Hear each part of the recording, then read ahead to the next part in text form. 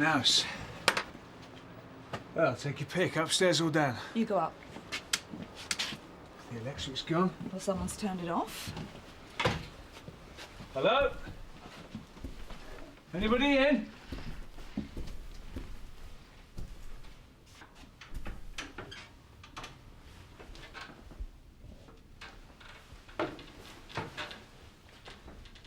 Come out, wherever you are.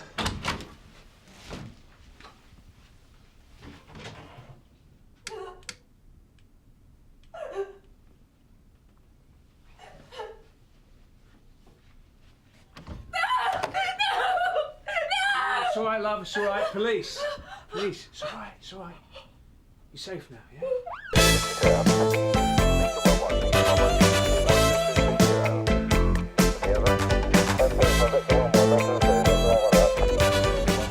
Abandoned trace. We got here, door was open, lights were off. Vicky took the downstairs, I came up here, found her in the right old state. Right. Thanks, Eddie. I feel so foolish. There's nothing foolish about finding a strange man in your room. Well, it depends how he got there. Are you familiar with the kettle, Eddie? Hey? Jane, would you like a cup of tea? Make it hot and sweet. Well, she doesn't want any. She's in shock.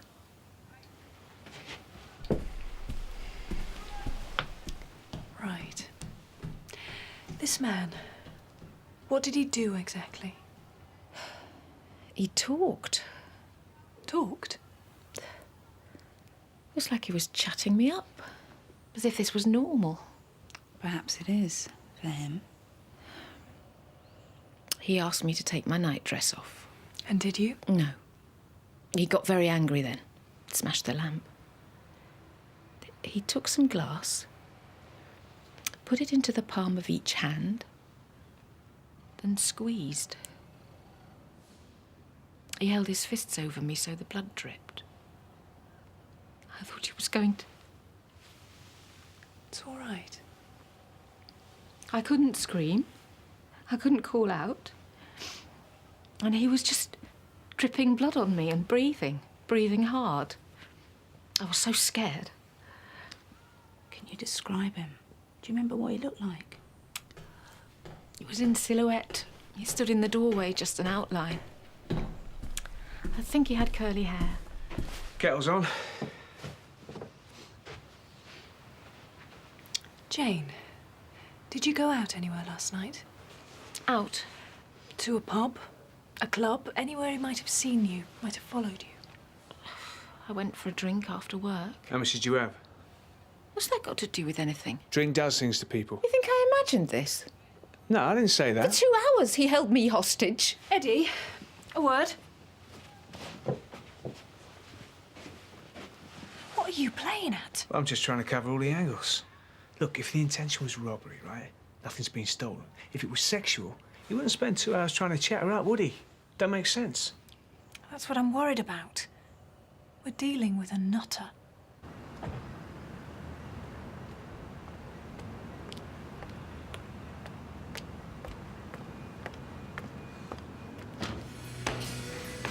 Morning. Hello.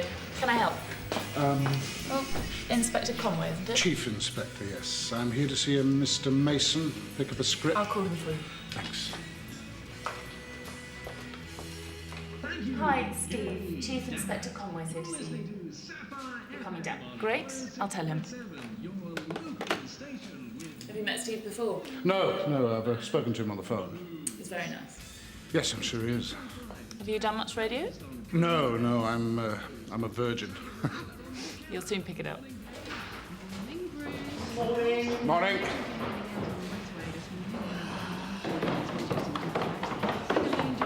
Chief Inspector Conway. Derek, please. Derek! Nice to put a face to the voice.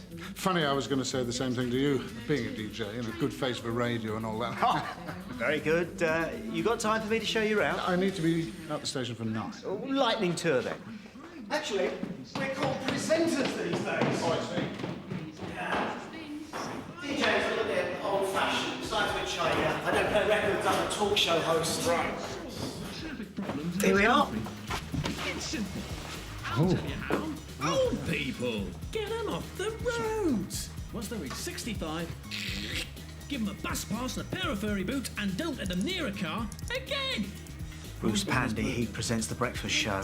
This is Brian, his producer. Hi. He has to deal with the irate callers. Oh, at least 129, I'd say. His head kept nodding back and forth, back and forth. I didn't know if he was into heavy metal or suffering from the DTs. So give us a call now on 0800 975 57 28. The topic for today is old folk and what we do with them. Phone lines are light up like Christmas trees now. Hello, Sapphire FM. Yes, and this is Yvette, our PLH. No, they're not that on the station. Yvette, Chief Inspector Conway from Sun Hill. Pleased to meet you. Hello, Derek, please. PLH. The presenter's little helper. Steve's little joke. I'm his producer. Yeah, the producer monitors the calls, mans the computer. What's the computer for? There's a relay to the studio so that any breaking news or accident reports can be patched over. We're also linked up to IRN, Scotland Yard for the traffic and the weather centre. So if the Blackwall Tunnel's closed, we're the first to know about it. And I can also put the running order up and the names of the callers and what they're calling about. Yeah. And that, of course, is our main studio. Bruce Pandy breakfast show. Can I have your name and telephone number, please? So you all set for this afternoon? As I'll ever be, I suppose.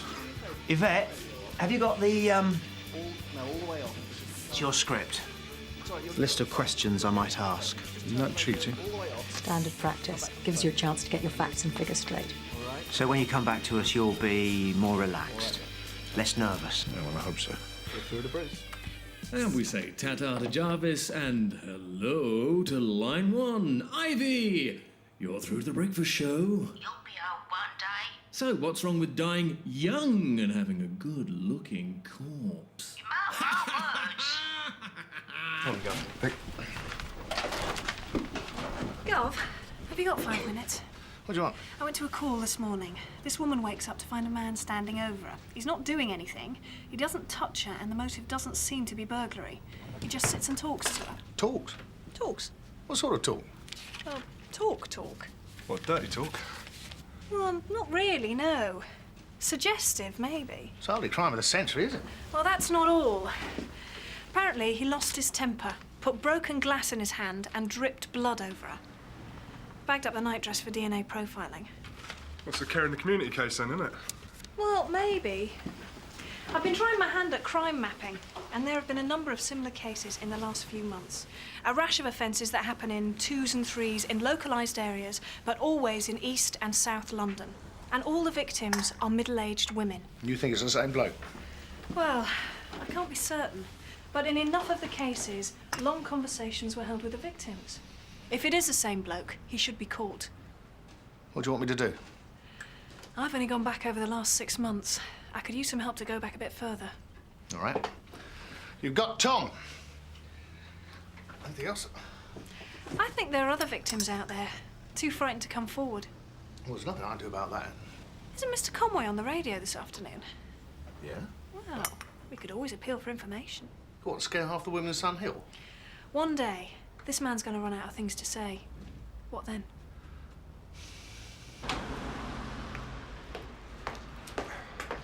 You taking requests, sir? What? Requests? You're on the radio today, ain't you?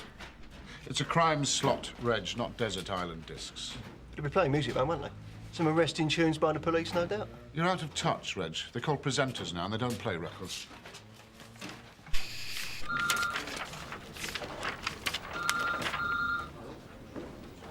Kerry, got one.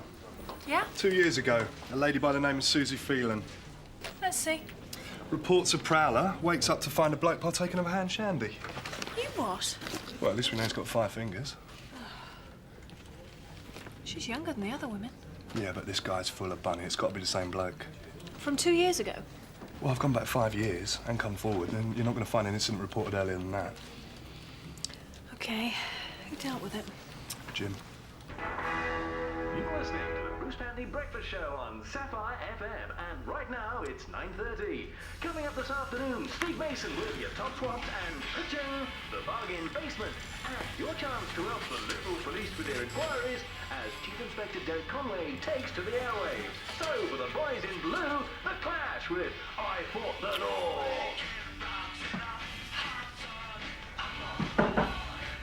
Yeah. Sussing out the enemy, sir. Ah, well, you know what these media types are like. Come in, Chris. Really nervous, sir? No worse than my wedding night, but at least I've got a list of instructions this time. Here are the figures for the artivist burglaries in the area. Mr. Meadows wanted awareness raised, so that could help. OK, anything else? Yes, sir, this. What's this? Seems there's a weirdo out there. Oh, and you want me to appeal for information? Kerry Holmes has pieced that information together. Now, if she's right and there is only one person responsible for all of that, then there could be victims out there who haven't come forward yet. What better way to reach them? I'm not sure area would approve. I'll take that as a yes then, sir, shall I? Double whips. Yeah. Jim, do you remember a case from about 2 years ago? Come on, you can't remember last week, let alone 2 years ago. It's more than you then. Concerning what? Susie Phelan. Phelan. A prowler broke into a bedroom.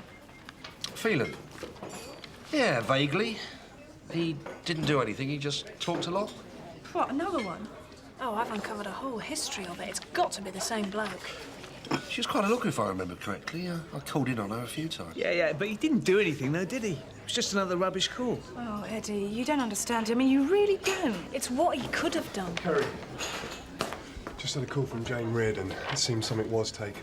You see, it's just a burglar after all. What exactly? A silver locket. That's not burglary. That's trophy collecting. Jim, is there anything you can give us? Nah, it's all down here. It's pretty dead-end stuff. Well, any idea where she is now? The address we've got for her isn't current, and she's changed her job. Try the sports centre. I know she started taking classes down there. She is. Nervous? Why does everybody keep asking me that? Just think of it as one big living room you're sharing with a few thousand people. Thanks, it really helps. Here we go. Thanks, Kathy. Kathy Clark there with the news and weather. Now, if you want to know the time, ask a policeman. If you want to know what day of the week it is, ask a chief inspector. And we're lucky enough to have Chief Inspector Derek Conway with us live in the studio today. Good afternoon, Steve. Chief Inspector. Please, call me Derek. Derek, it's often said the public gets the police force it deserves, but are we as a society becoming desensitised to the levels of crime and violence which surround us? Well, I think as a society we are less innocent than we once were. So we just don't care anymore? Well, when I was a kid, indeed, when I first joined the police service... What's he on about? ...community was much more indifferent. So it's a race thing? He's reliving his childhood. Race, no. I mean, Must have a good grew memory. up and lived and worked all in the same place. The car and the computer and the television have changed all that. I mean, increased wealth has brought about an increase in property crime. And the breakup of communities means that people find difficulty in spotting a stranger in their midst anymore, which means the criminal can ply his trade with impunity. OK, well, we're ready to take our first call, and it's Dorothy in Stepney. You are on air. I'd like to ask the Chief Inspector about crime prevention. Fire away. Well, I'm 81 and I live on my own. You don't sound a day over 60, dear. Oh, thank you. But I do worry about being burgled, and I wondered what advice you might give me. Well, first of all, make sure you've got good locks on all your windows and doors. And especially a 5-lever mortise lock on your front door. You skiving, Reg? Just trying to keep informed, you know. Don't let Mr. Monroe catch you. Well, I'd also suggest that perhaps you've got a dog. Oh, I had a dog once, but he wasn't house-trained. Left paddles and parcels all over them. Moving swiftly on. Dave in Dagenham, you're on air. I want to know why you've got the filth on your shirt. OK, it's Sandra. You are through to the Steve Mason Show. 1, 2, 3. No, come on, ladies. You've got to really shout voice is your weapon. OK, ready.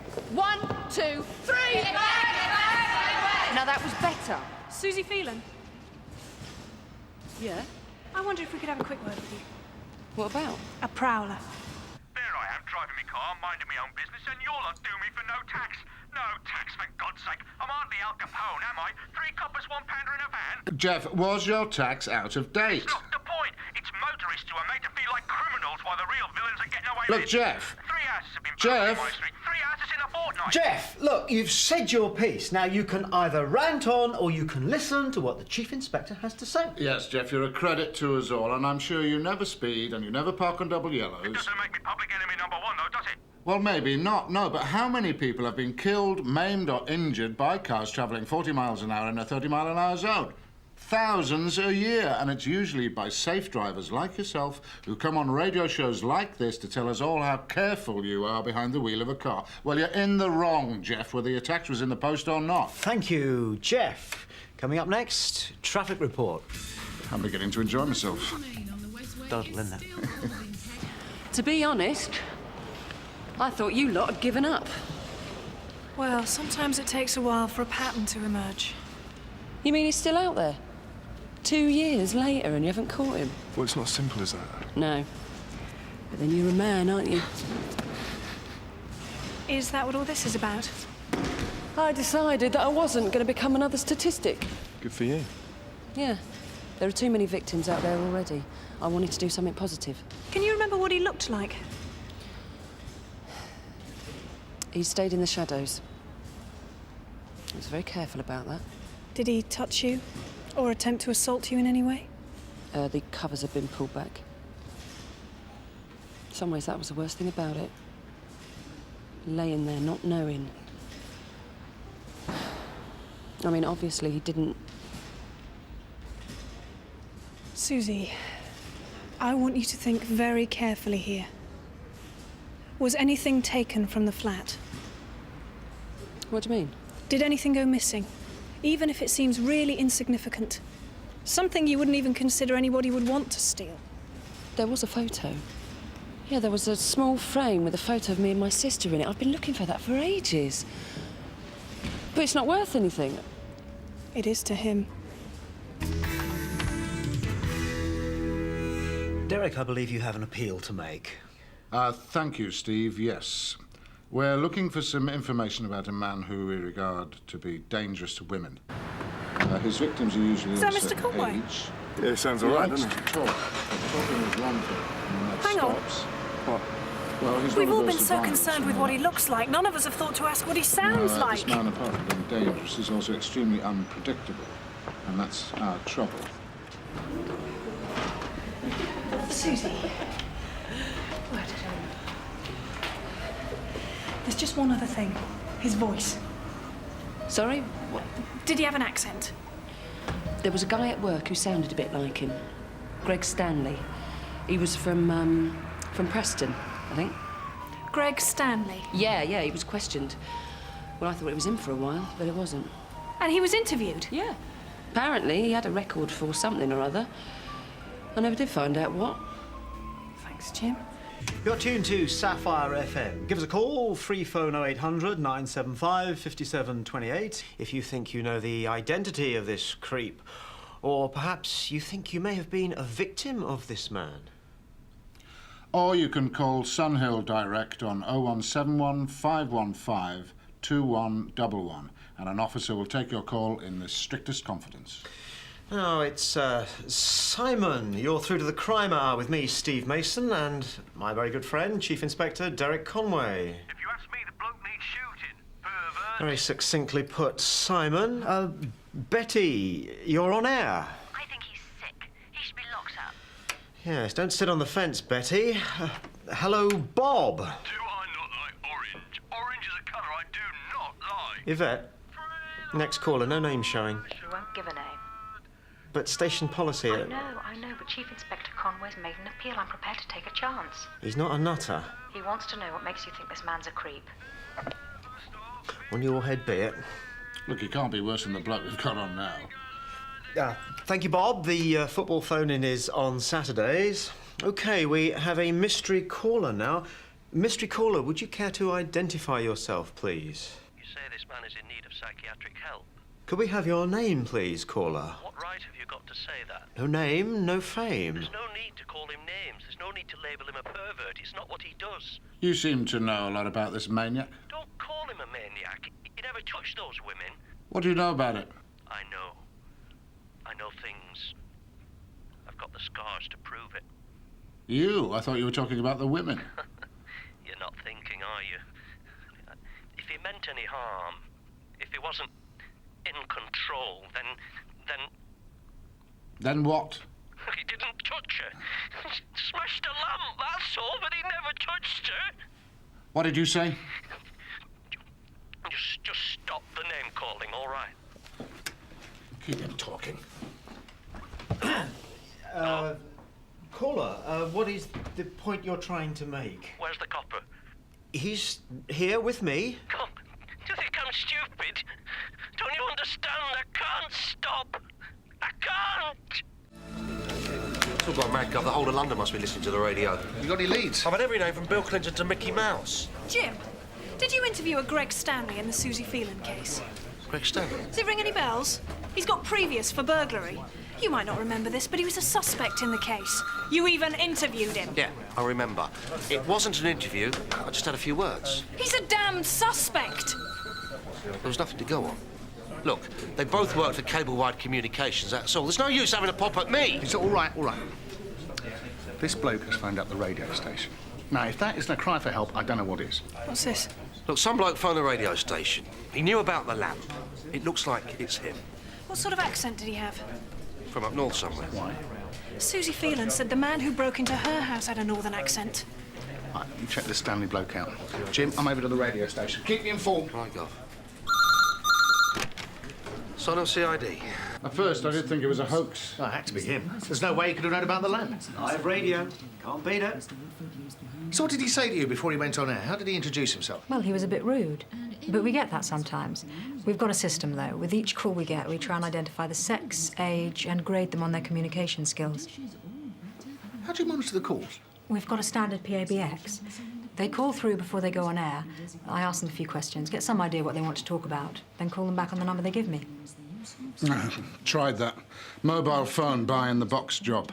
You can trace the number to a phone, but not to a person. What about the cellular provider? Well, even then, we've got to keep him talking long enough so that they can get some kind of trace on him. And then we'd be lucky enough to track him down to a cell, which could be the size of a sector. What did he say? He said he wanted to challenge the assumption that this man was in need of psychiatric help. He was upset that Steve labelled him a creep, and of course he wanted to remain anonymous. I bet he did. Well, if he's called once, he might call again. You see, it seems to me that he's got some kind of self-image problem. The more listeners phone in and label him as a pervert and a nutter, well, the more likely he is to show his hand. 30 seconds, Steve. They're on the weather now. What did you call him? A creep. Call him the creep. That should get right up his nose. Greg Stanley? Yes, he was one of our sales executives. He left some time ago. Under a cloud, as it happens. Why was that? Oh, he and Susie didn't get on very well. What do you mean they didn't get on? Well, they met at a Christmas party, started going out together, and apparently something went wrong. Well? Susie accused him of trying to rape her. But nothing was proved but mud sticks. Besides, if you ask me, she was up for it. So, neither Susie Phelan nor Greg Stanley work for you now? No. Right, well, have you got a forwarding address for Greg Stanley? Yeah. He's downsized considerably. He had to get rid of his 3 Series and his Riverside apartment and settle for a second-hand Sierra and a bedsit over Parkside. Our next caller is Laura. Laura, you're on Sapphire FM. Laura, speak to us. Hello? I know this man. Can you repeat that? Which man, Laura? The man that called him. He what? He, Have we lost him? No, she's still there. Laura, this man that called, do you know his name? Then how do you know him? He came to my room. When was this, Laura? I heard his voice, and... Look, okay. You're nervous, and I can understand that. Now just take your time. Did you report this? Did you tell anyone? No. Look, it's okay. It's okay. This must be very difficult for you.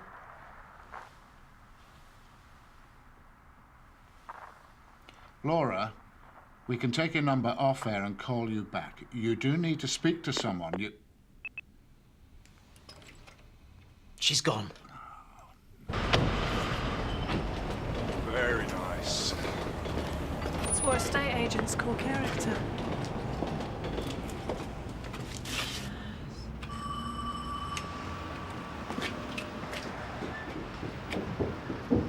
Well, there's someone in. Greg Stanley? Yeah? DC's Holmes and Proctor. We're investigating a series of break-ins. Can we come in? Sit down. Make yourself comfortable. It's all right. We won't be long. Can I ask where you were in the early hours of this morning? Work. I do night shifts at the frozen food factory. So if I phone your boss, he'll confirm that, will he? I couldn't pick up my wage slip if I didn't work there.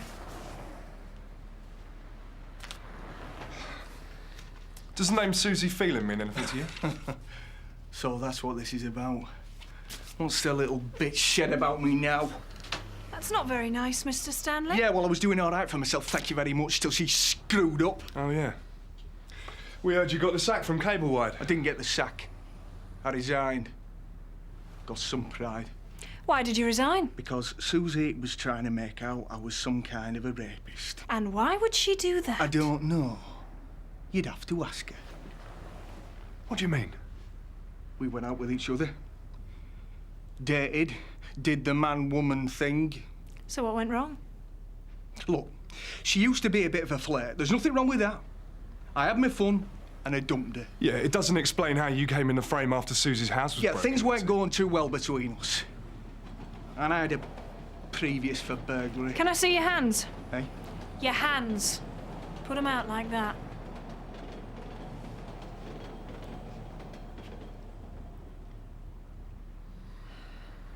No cuts. If you're listening, then you would have heard a previous caller who may or may not be the man Anything? involved. With me in the studio, Nothing. He's got to turn his phone back on at some point. What about Laura Denny? Is her mobile still switched off? I'll try it. We'll take a short commercial break. Back in 2. Has she phoned back yet, Chris? If you've got kids, then you need Stain Away. Stain Away makes stains go away. Grease, blood, I think you're supposed to pick up the knobbly bit and talk it. Hello? It's me. So try Stain Away to make those stains go away. I don't suppose the next husband's one too. Me who? Star of the show. How did you get this number? Never mind that. I want to speak to the Chief Inspector.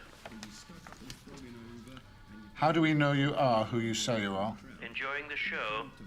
If you think it's funny... I'm not playing about here. Look, how can we know you're genuine? Okay. Jane Reardon, 42, 43, brown hair. Nice legs. Kate Watson, blonde. Birthmark on upper left thigh, just inside the leg. Is that a private number? Yes. Who has access to it? No one. Just people who work here. It's only used for calling out. Okay. Then I'll need a list of the people who work here. Who installed it? Cablewide Communications, they're a local company. Yeah, I've heard of them. The ads are about to be out. Susie was always up for it. Well, gave that impression anyway. Tall, very physical hair, auburn, wavy. Shall I go on? I think we've heard enough. Your previous caller. Which? Laura. You don't want to listen to her. Why not? She's a liar, that's why. Really? These women, they're looking for something in their lives, a bit of excitement. If they gave me a chance, if they'd just listen to me... How can they listen? They're too petrified to listen. There's a woman in the foyer. She wants to see Chief Inspector Conway. What woman? She says her name's Laura. Right, thanks very much. You don't know what I'm about, but I'll learn you. On the sunny side of the street.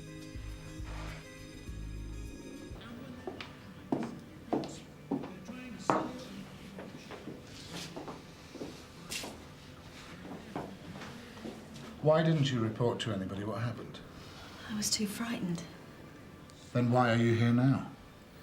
I was in my car listening to the radio. And then his voice. And it's definitely him. Yes. The man who assaulted you. I haven't told anyone. I just felt I had to.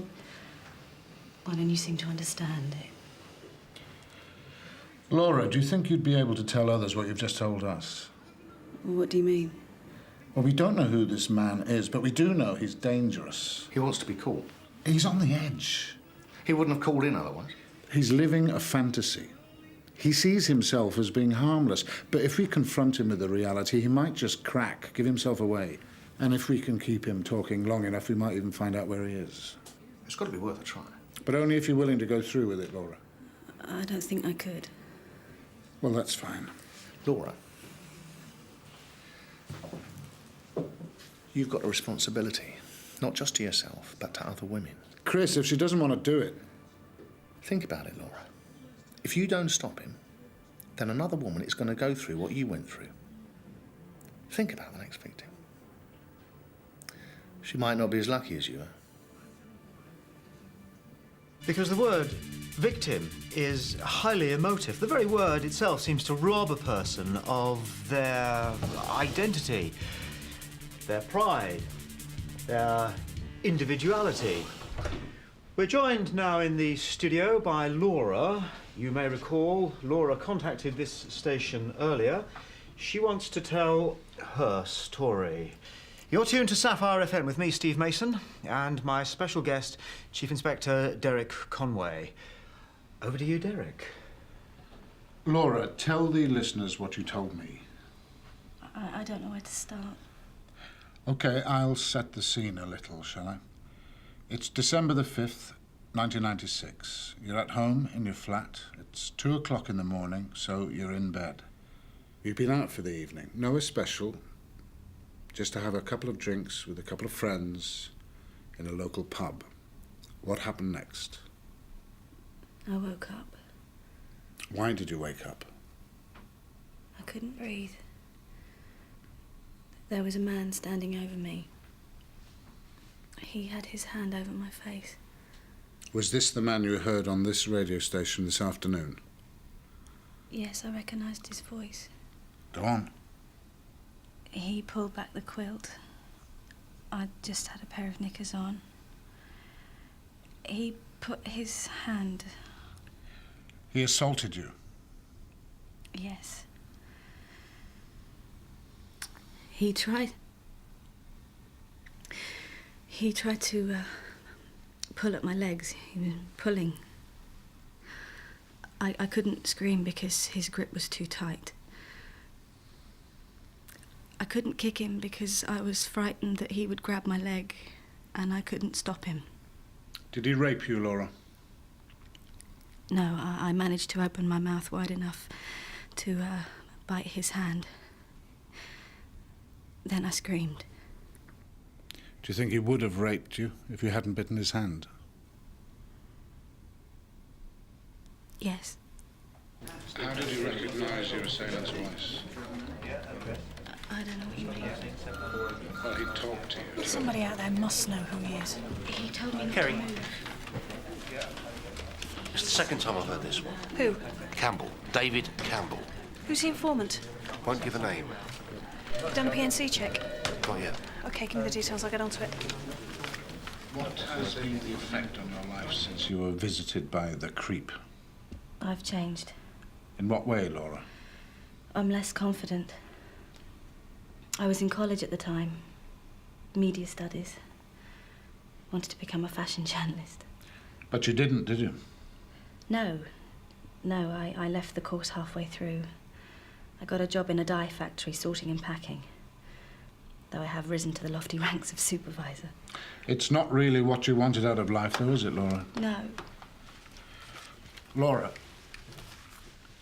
What would you say to this man, the creep, if you were to talk to him again?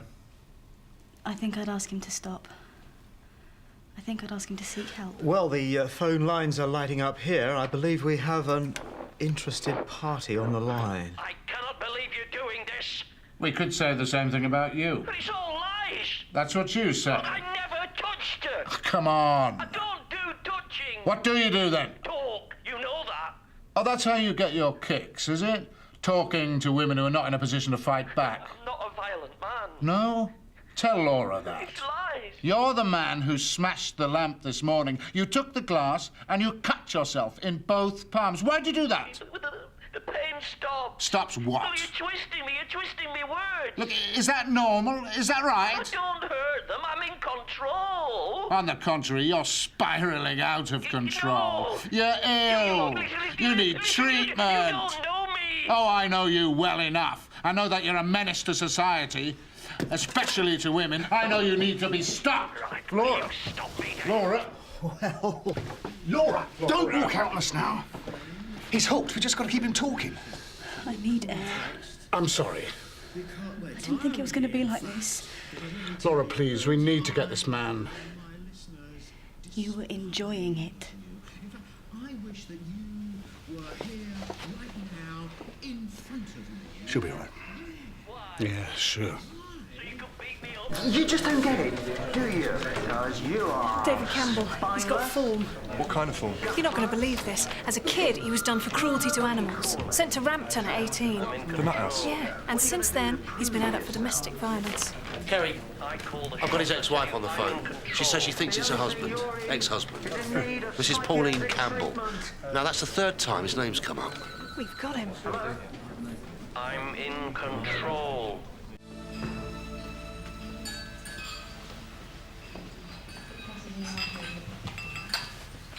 Mrs. Campbell, DC Carey Holmes, DC Tom Proctor.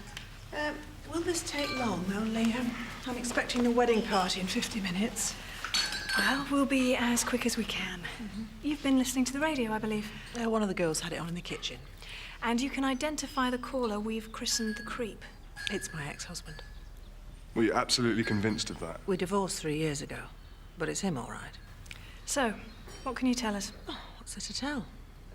I was in love with him once. We got married. It didn't last. Any kids? No. Not there. Top table. He was pro, I wasn't. Career came first. He could be very old-fashioned at times. Is that when the violence started? We know you took out an injunction against him and that he was successfully prosecuted for violence against you. David could be quite charming, but he always had this vicious streak. He had to be top dog. And if something didn't go his way... He'd get violent? Yes. Listen, do you know where we can reach him? Well, I had hoped he'd move back up north. Was he working? He used to do cable TV installations. For cable-wide communications? Yeah, that's the one. Right, just one more question. What kind of hair does your ex have? Is it curly, straight? Curly. Let's go back in. I went too far, Chris. You did what you had to do. I was concentrating so much on that sicko, I didn't stop to think what effect it might have on Laura. Well, what does that matter? As long as we catch him, we haven't a clue what this guy's capable of. Deakin. Gov, we found out that David Campbell works as an engineer for Cable-Wide. It links him to Susie Phelan and gives him easy access to people's homes. Jim's checking out his work records to find out whether the dates and times match. Well done, Kerry. Where is he? He's not at work today, and check this out for an excuse. Apparently, he's damaged his hand doing some DIY. Have you got an address for him? Yes, Gov. Courtesy of Mr. Stokes. We're on our way there now. Carrie, we need firm evidence. I don't care how you get it, just get it. Could you go back to the studio? There's some sort of a problem. He's on the phone. He's yelling for you. He wants to go on air. Right. That's not all. I think there's someone with him. Which is very different from stating if a girl wears a miniskirt, she's asking for trouble. Now, talking of perverts, we've got one on the line. You're a very funny man, Mr. Mason. That's the business I'm in. What's yours? We need to talk. Oh, still there, Chief Inspector. I thought we'd lost you. You need to seek professional help. We can arrange that. I know what I'm doing. But do you know why you're doing it? Don't try that one! Where are you? I'm in a house. Where? I want you to say hello to someone. Say hello, Gail. Gail, say hello. Hello. Good. Now tell him. But where do you think all this is going to get you? Oh, no, please. Tell him! Please. Tell him! I'm okay. It's okay. See? Didn't I tell you? She doesn't sound okay. It's still Gail. Gail, For God's sake, leave her alone! There, that isn't difficult, is it? What's going on? I'll tell you what's going on. I've got Gail where I want her. I've got you where I want you. And you haven't got me. You haven't got nothing. The stuff must be here somewhere. Any luck? But there's enough illegal pornography here to keep the Vice Boys going for months. Right, Tom. Give me a hand with this. Okay. Let's check in here. I've already checked it. All right, let's look behind.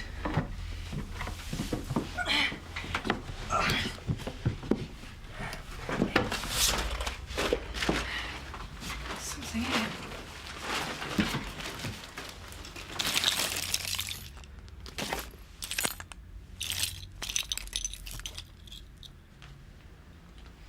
The phone company must have something by now, Jim. I'll hold. If you just tell us where you are, we can help you.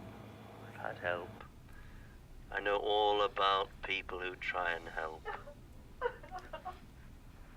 Do you hate women? I don't hate.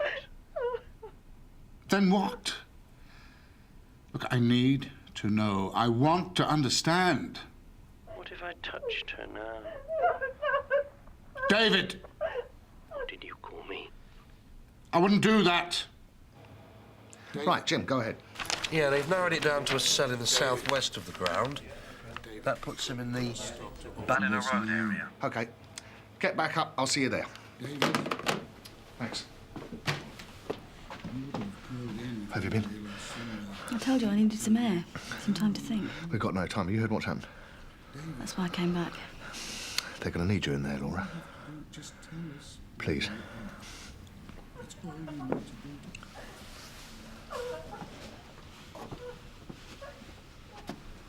You lose nothing by talking to me. Nothing.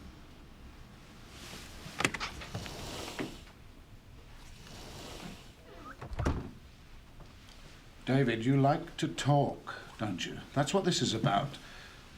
So talk to us. Tell us. Is he still there? David, you said you never hurt your victims. David! How do you know my name? You can't hide from us, David. I'm not going back to no institution. Nobody's going to send you back. They'll lock me up. Don't tell me they won't. So what's to stop me? I'd like to talk to Gail. Gail? Gail, I know you can hear me. Listen, you will get through this. Right now, it doesn't seem like the nightmare will end, but it will. Laura? Is that you, Laura? Yes, it's Laura. You hurt me, you bastard. You were the first. You lived near me. I used to watch you wait by the bus stop ready to go off to school. You were always laughing and joking. Yeah, well, not anymore.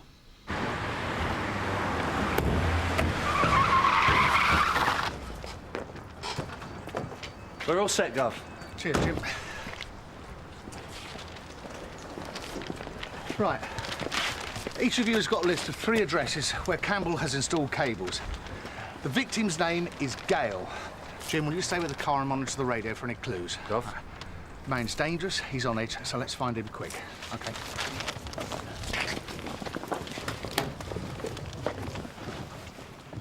wanted to just touch you, hold you. It was frustration. No, nothing's an excuse for what you are. What you do. You ruined my life. Do you really want to ruin hers, David? David? She's very frightened. Then let her go, David. I've tried to stop. I know it's wrong.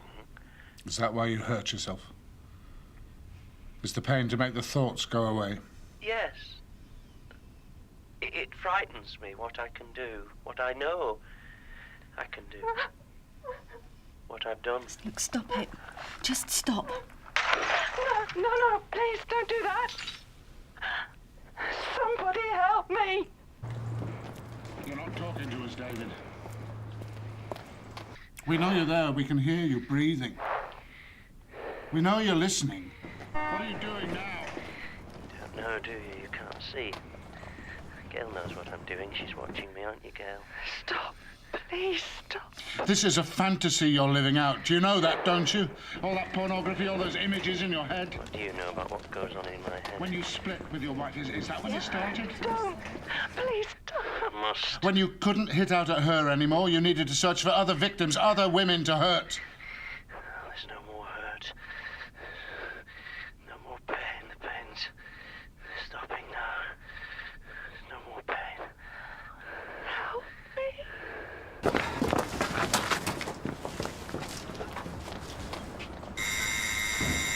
Someone at the door. Gov! That's him! Right, look away.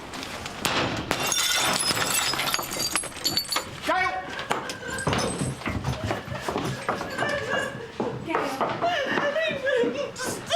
It's all right. It's police. It's over. He's still got a pulse. Get an ambulance. Right.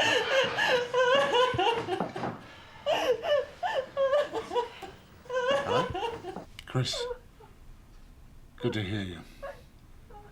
Is everything all right? Yes, everything seems to be, sir. Can we talk to Gail? Show's over.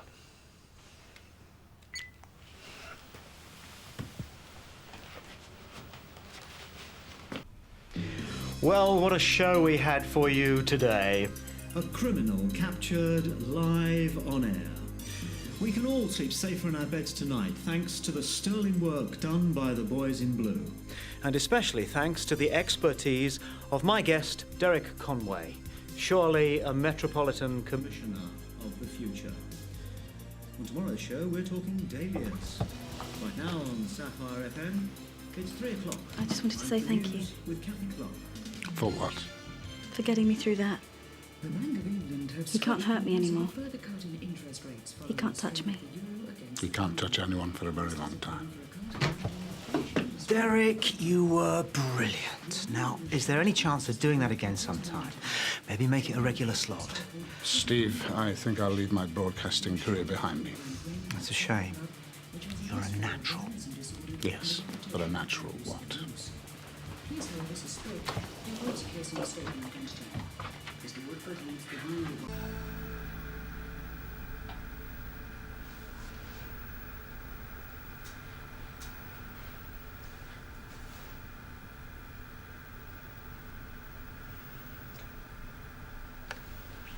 Stand by all units. Suspects are in the West Annex now. They're cherry picking. Must have a shopping list. Isn't it time you arrested them? There are swords and daggers in the display, Gov. The Maharaja's throne. They must have a vehicle nearby.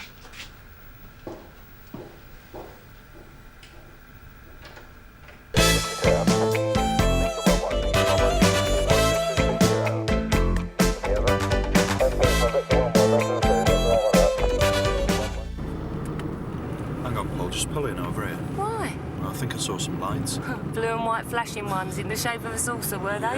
Yeah. No, they were red, actually. I think they're brake lights. Right.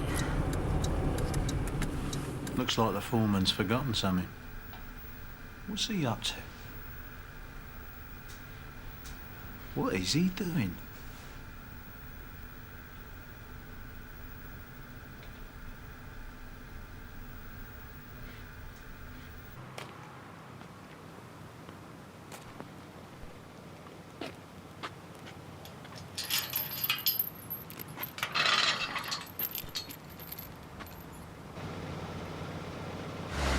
There's a transit van backing up towards the house. Driver is IC4 male, mid-40s, clean-shaven. Looks like he's heading for the windows of the exhibition room. So they can load the chair. That's when the Empire strikes back.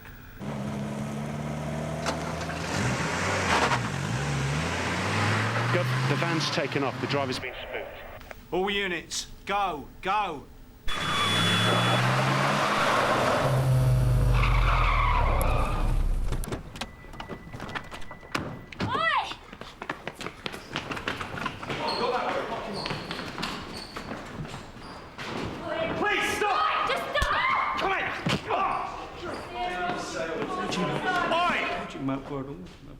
What the hell are you doing here? What are you doing here? Will you shut up? Do you realise you've just ruined my oboe? What oboe? Nobody said anything in parade. Sorry, Gov, we've got the other two outside, but we lost the driver.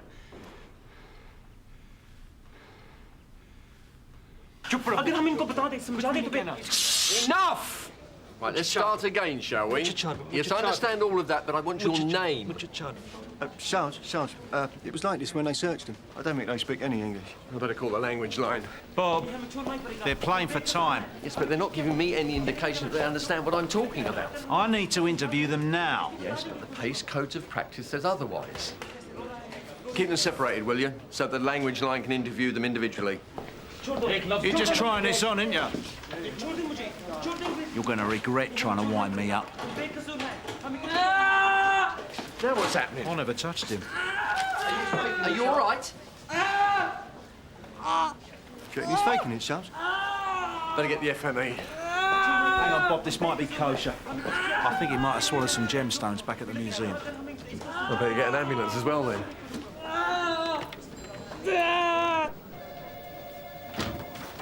Colonial antiquities. Word gets around fast.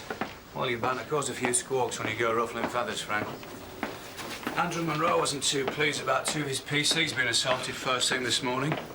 Bad for morale. That was not my fault. They came barging in on me. If it hadn't been for them, I'd have got the whole lot. Well, they'd have stayed away if you'd have told them you had an oboe on our patch. It was not a deliberate snub. Well, that's even worse. Crime Oku simply couldn't be bothered to tell Sunhill. Not what I meant. Well, that's what it'll sound like when Uniform asks me why they weren't warned about an operation. How are the Arts and Antiques Squad handling this? I needed help with the sheer volume of antiques being stolen. There's been this organised firm working its way across London and the South East in the last 6 months. Seems they fancy exactly the kind of gear that Canley Park House has just put on show. Yeah, well, these suspects you picked up might turn out to be local chances. How do you mean? Harry Knowles, 78, widower, just released from Canley General. 7 stitches in his head and a broken arm. It's an aggravated burglary early this morning. He disturbed 3 masked intruders. They were trying to nick his Imperial Medal collection. But he reckons they were talking in Hindi. Yeah, but it doesn't mean it's the same mob. Well, I don't know that till they're being questioned, do I? A joint inquiry? This is Crime Oku's arrest, Jack. Well, I thought you might like a chance to show Sunhill your team spirit, Frank.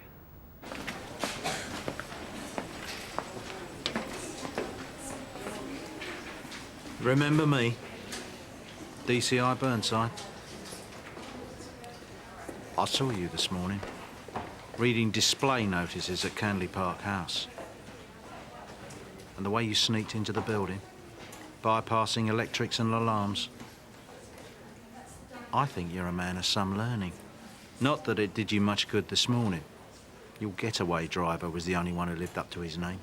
It doesn't quite seem fair somehow, does it? I mean, you sods, you take all the risks, you pay the price, and the boss drives off in the van, scot-free. I also saw what you nicked when your mates weren't looking. If it hadn't been for me, you'd probably still be rolling about on the floor at the station. Now, I can help you again if you cooperate. Give me the name of the driver and where I can find him.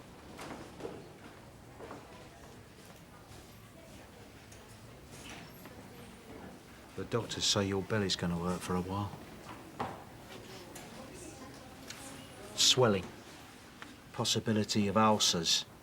The pain is something chronic, I can tell you. And yours will be even worse if they've missed one of those stones and it's worked its way down into your gut. Internal bleeding, infection. They may have to do more tests. Even an operation.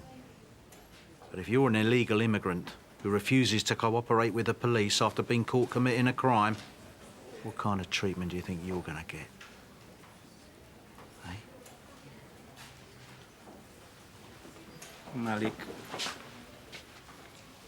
Malik, Laundry Lane.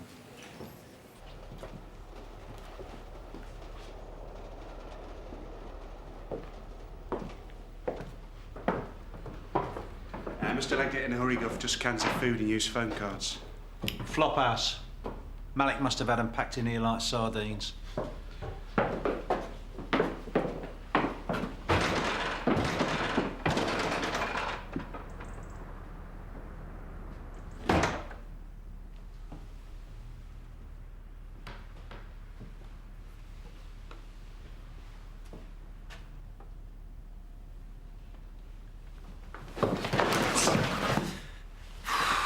Unbelievable.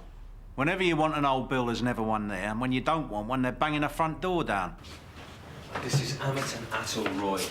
They've got fingers in a lot of tills. King Cobra Property Limited, travel. They've even got a nursing home. So?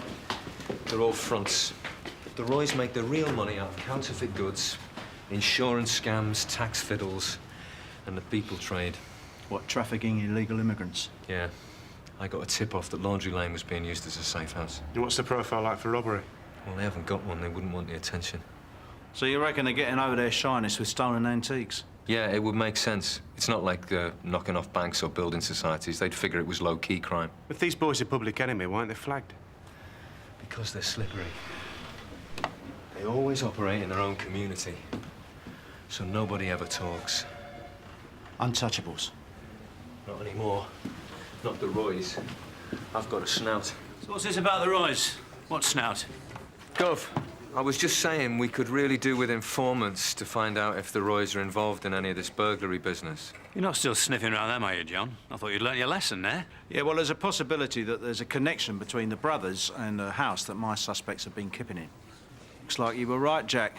Crime Occu and Sunhill CID should work together on this one. So where'd you get the address from? I thought the prisoners were too scared to talk in interview. The third man can't. You didn't question him in hospital, did you? No. I just went to check on his condition. So how come he came up trumps and the other two didn't? Gratitude. He'd be dead if I hadn't called that ambulance.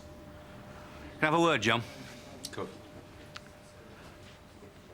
I've just had Harry Knowles' daughter on the line. She reckons he's up for a visit, so maybe you could get some more details about that assault. Let's go. Look, I don't want you to be too impressed with DCI Burnside's rank. We're working hand in glove. That's fine, but just make sure that we're the hand. Let's go. Don't get too chummy with him. I don't want you being sidetracked onto some crime occu agenda. No problem. I mean it, John. If you let Burnside lead you by the nose, he'll take you down the sewers.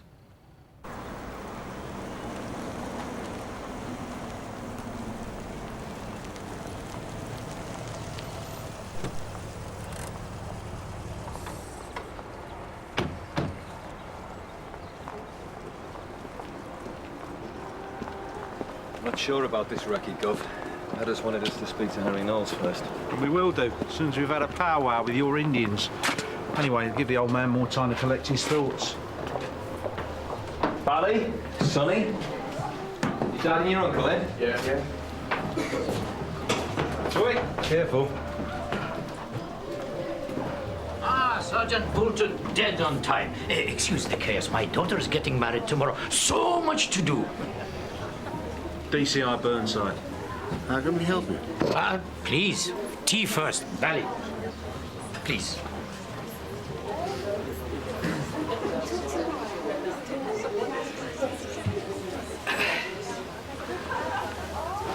We'd like to ask you a few questions. We're always happy to help the police.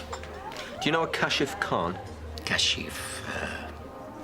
No, I don't think so. What about Malik? Does that ring any bells for you? We might have a tenant of that name, yes. What's this concerning? King Cobra Property Limited owns number 9 Laundry Lane. We've reason to believe that illegal immigrants have been staying. You mean to say he's been harboring these people in our building? Oh, and you didn't know anything about it?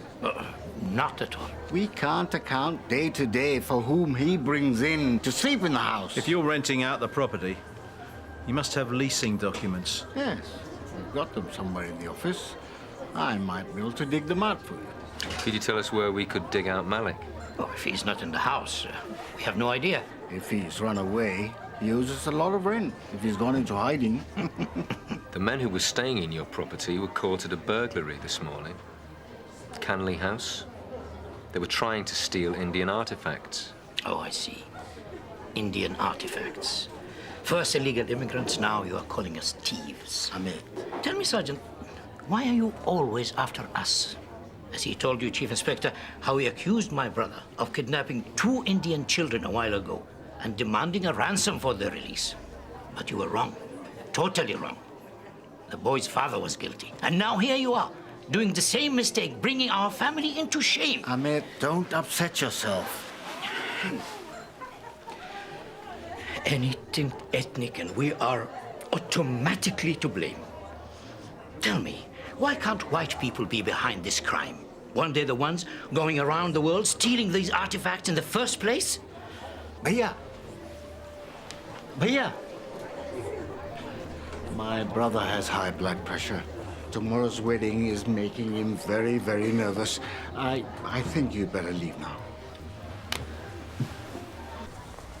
Well, at least they admitted to knowing Malik. Now that we know who's pulling the strings, I fancy having another go at Khan. He isn't at the hospital yet, though, Goff. You can buy him some grapes if you like. Yeah, she turned up claiming to be Khan's solicitor. When I asked her to leave, she shouted something to him in India, and next minute I know he's insisting on making a statement. When I tried to remove her, he got agitated. All right, Reg, we'll take over then.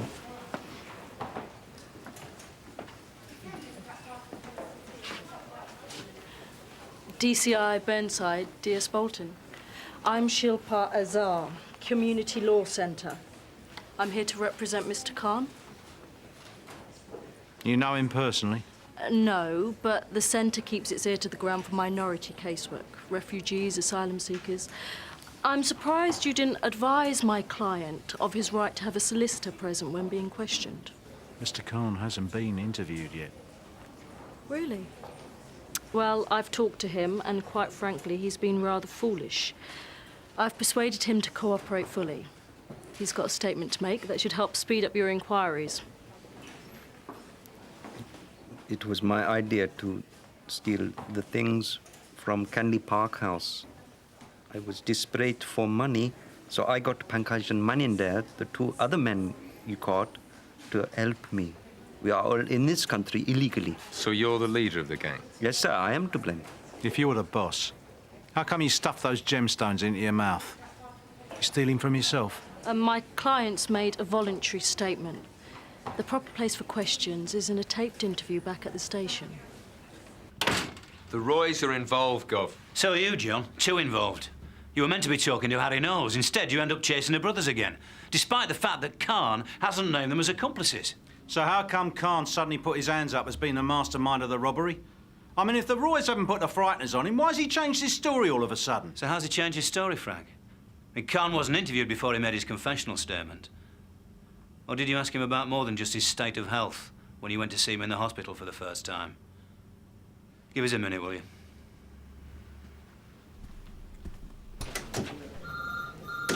So what the hell's going on, John? DCI Burnside comes here looking for a stolen antiques ring, and you point a finger at the Roys. It's more than a coincidence, Gov. Well, why not? You've got the wrong end of the stick with these brothers before. The Roys have been expanding their business interests. Look, we're trying to carry out evidentiary investigations here, not personal vendettas. Now just stop trying to impress DCI Burnside and concentrate your energies on getting a result from Harry Knowles.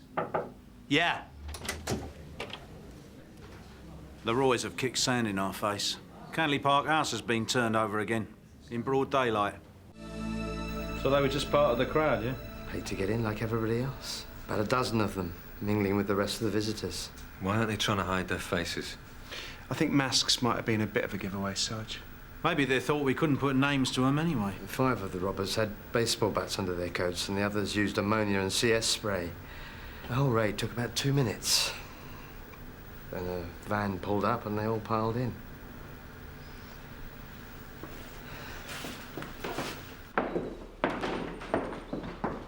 They nicked that Maharaja's throne Khan's crew were after this morning.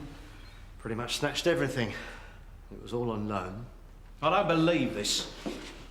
Who do the Roys think they're dealing with? None of the raiders on the tape were Asian, Gov. Oh, come off it, John. Twice in the same day? I mean, they might have sent the black and white minstrels in this time, but it's the same outfit. They're going to deny it, and they'll probably play the race card if we confront them. All right, so we'll let them think they got away with it. Maybe they'll chance their arm and go and take a peek at their spoils. Scott, yes, sir. Set up a surveillance on their house. And our boat's going to be difficult with people coming and going with the preparations for the wedding. Well, with a bit of luck, the Roys will think the same thing. Only I've got a reception of my own for them. Looks like you were right, Gov. The brothers are on the move. Just driving off in the Bentley with 3 other men. Hired help? Not really the removal van type, Gov. They're too well dressed. They could just be wedding guests.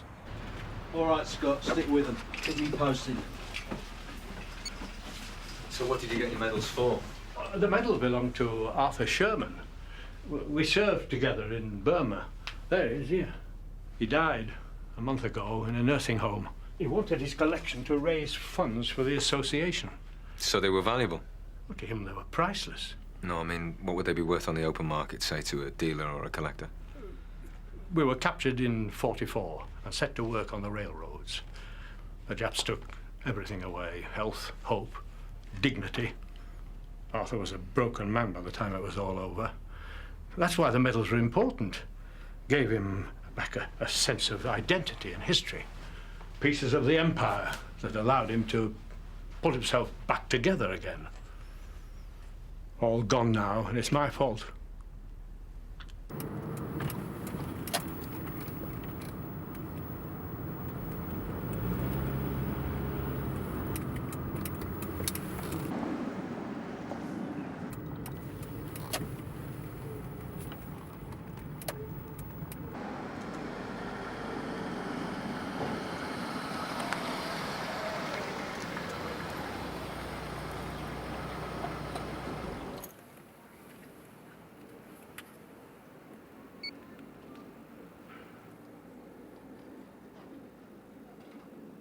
So you sure you can't tell us anything about the men who attacked you last night? I mean, what they looked like, what they were wearing, maybe something they said? I don't really remember. I mean, it's all happened so fast. Hello? They're in a restaurant, Gov. About 6 or 7 of them.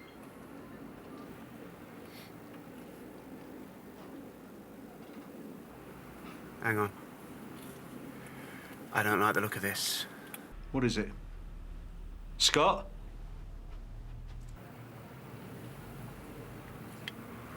Sorry, Gov. I've been rumbled.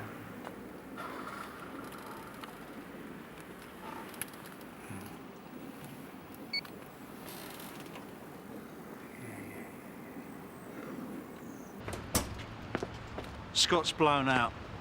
And even if Knowles was in a fit state to pick out faces on an ID parade, Khan and those other two would be too scared to take us to where the medals are. We'll have to come at them a different way. What about this informant of yours?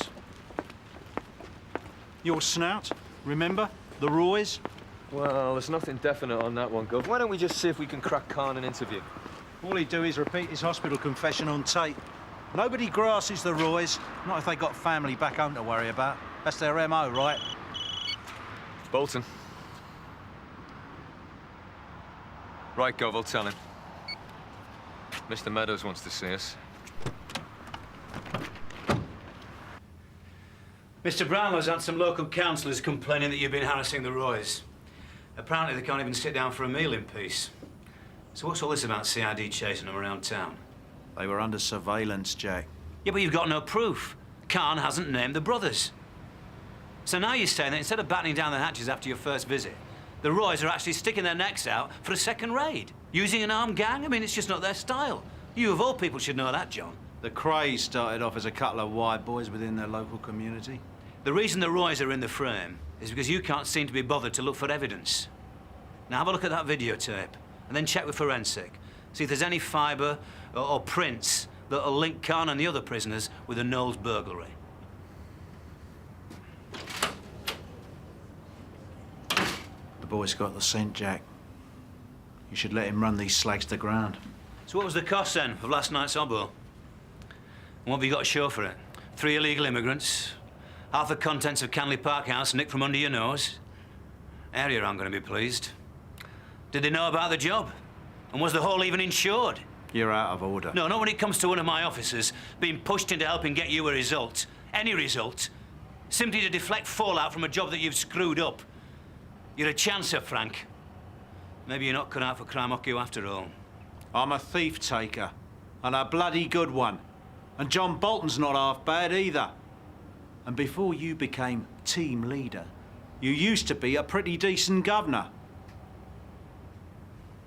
Maybe it's some that Sunil CID and crime occu went their separate ways. So much for your pep talk on mutual respect and cooperation. Look, Jack, we are on the same side. I don't want bad blood between us. We'll do things your way, all right? Yeah, well, all right. Thanks for trying. OK, bye. That was SO13, Gov. They've not been able to identify any of the raiders off the tape. What'd you expect?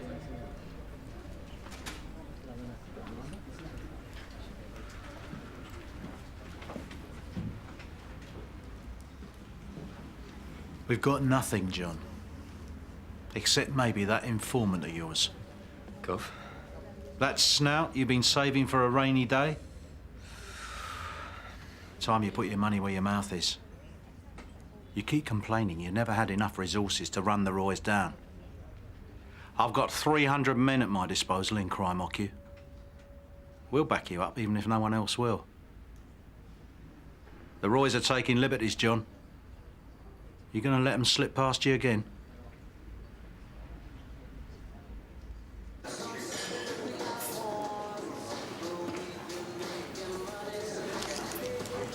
Jayesh, take a seat. So, passed any more A-levels lately? Yeah. No wonder you didn't want to meet in a pub. This is your snout? He lives in the same house as the Roys, don't he, Jayesh? What's happened to your face? Bally and Sonny have been dancing, drinking. That's gratitude for you, isn't it, eh? You pass their A-levels for them and then they slap you around. Well, you listen, Jayesh, you've got a chance to get your own back now. Because we're going after the Roys. So the Home Office has agreed now? They're going to let me stay? I think you and I need to have a little talk. Yeah. Just wait there a minute. Look, Gov, I can explain. You prat. I know it looks bad. Handling an illegal immigrant? You must be out of your tree. It was the only way I could crack the Roys. You could have handed him over to immigration. Then they could have done the Roys for harbouring an illegal. Yeah, and they would have got a really nasty slap on the wrist. The Roys could have paid that fine out of petty cash. No wonder you were so backward in coming forward in front of Meadows. Look, I did have a legit informant. It's just that he got rumbled. Disciplinary committees have guts for garters over recruitments like that. I needed to get someone. He was the only one I could get. You've put us in a very compromising position. Have you got any idea how difficult it is to get someone on the inside of their operation? It took me 2 years to dig out the last snout. And what did they do? They broke his legs. All right, John. But you just remember this. You never told me he was an illegal immigrant. All right. You won't regret it. Look, Jayesh, there's got to be something you can tell us, something you've seen, something you've heard. I keep telling you, I don't know anything about these robberies. You're not pulling your weight, Jayesh.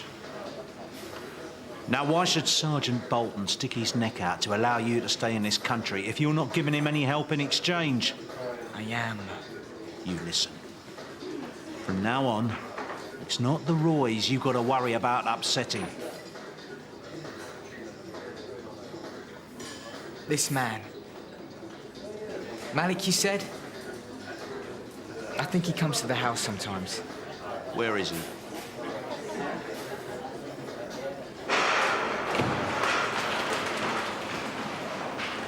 What is going on? Who are you people? Police, I'm DS Boulton. This is DCI Burnside.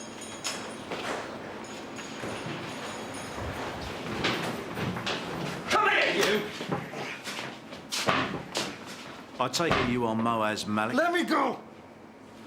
I'm arresting you for theft. You do not have to say anything, but it may harm your defence if you do not mention, when questioned, something which you later rely on in court. Anything you do say may be given in evidence. I don't know what you're talking about. Well, for a start, you can tell us about some of your staff.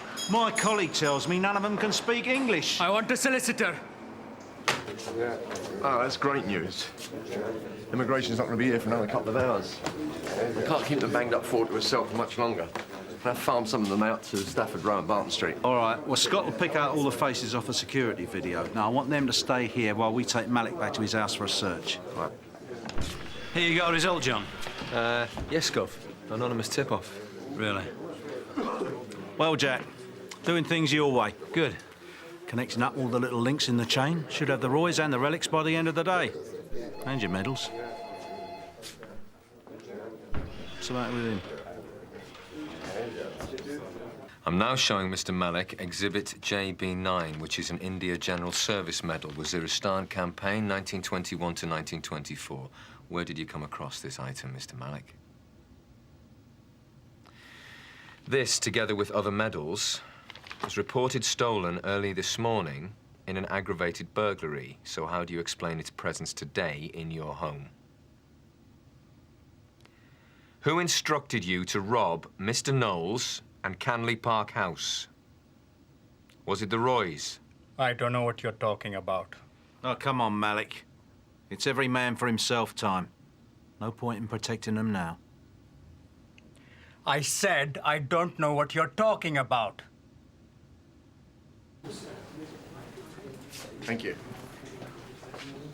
He isn't going to grass up the Roys, is he? He will if we squeeze hard enough. Our problem is time. His stalling might give them enough to go and move those antiques someplace else. Do you really want to see the Roys doing the lap of honour? We need Jayesh again.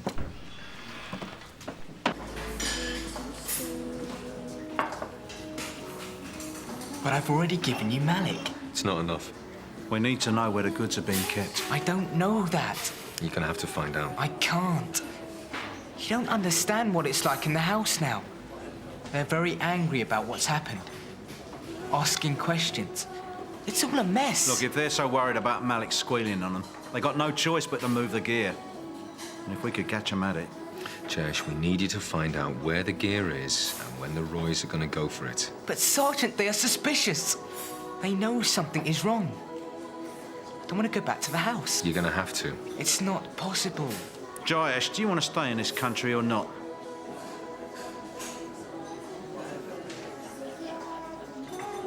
If I do this, then I'll get the British passport you promised me? Yeah, of course you will. You just give us the Roys, then you get your passport. Simple trade.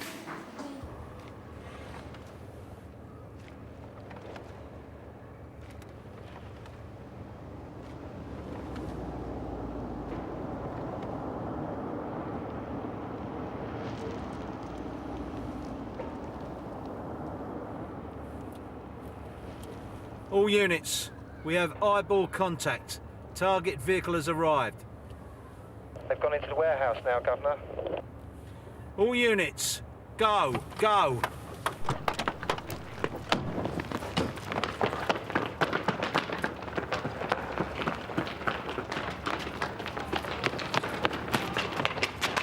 Police! Stay where you are! What's happened? What's the matter? Damn it! Love the way you done the place. Oh, no. This is a mistake. Where's your brother? We got all the bodies. Is Atoll Roy here? Scott? Ray, go and check the car. Yes, Gov. I'm arresting you for theft. You do not have to say anything, but it may harm your defence if you do not mention when questioned something which you later rely on in court. Anything you do say may be given in evidence. Tell him. Go.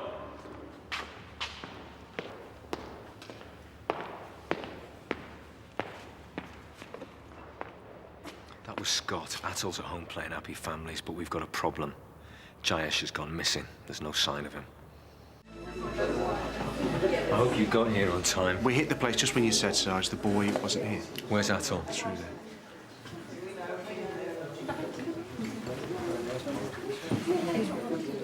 Sergeant Boulton, I hope you come here to apologise. Your people have caused a lot of trouble here. My guest... All right, Atul. Where is he? Who? My brother? You're in big trouble, is it? You just don't make things any worse for yourself. Now, where's the kid? What kid? The only children here are my sons. I'm warning you. If Jayesh gets hurt in any... Then it would be no fault of mine. Especially as I don't know the boy. Kidnapping a child is a very serious offence in this country. You let him go. Right now. Maybe Jayesh has done a runner. Why would he do that? He's an illegal immigrant, John. It's second nature to him. We had a plan. He's a bright kid. He's been brought from the other side of the world to pass other people's exams for them. I don't think it's going to take him too long to figure out that you were going to double-cross him.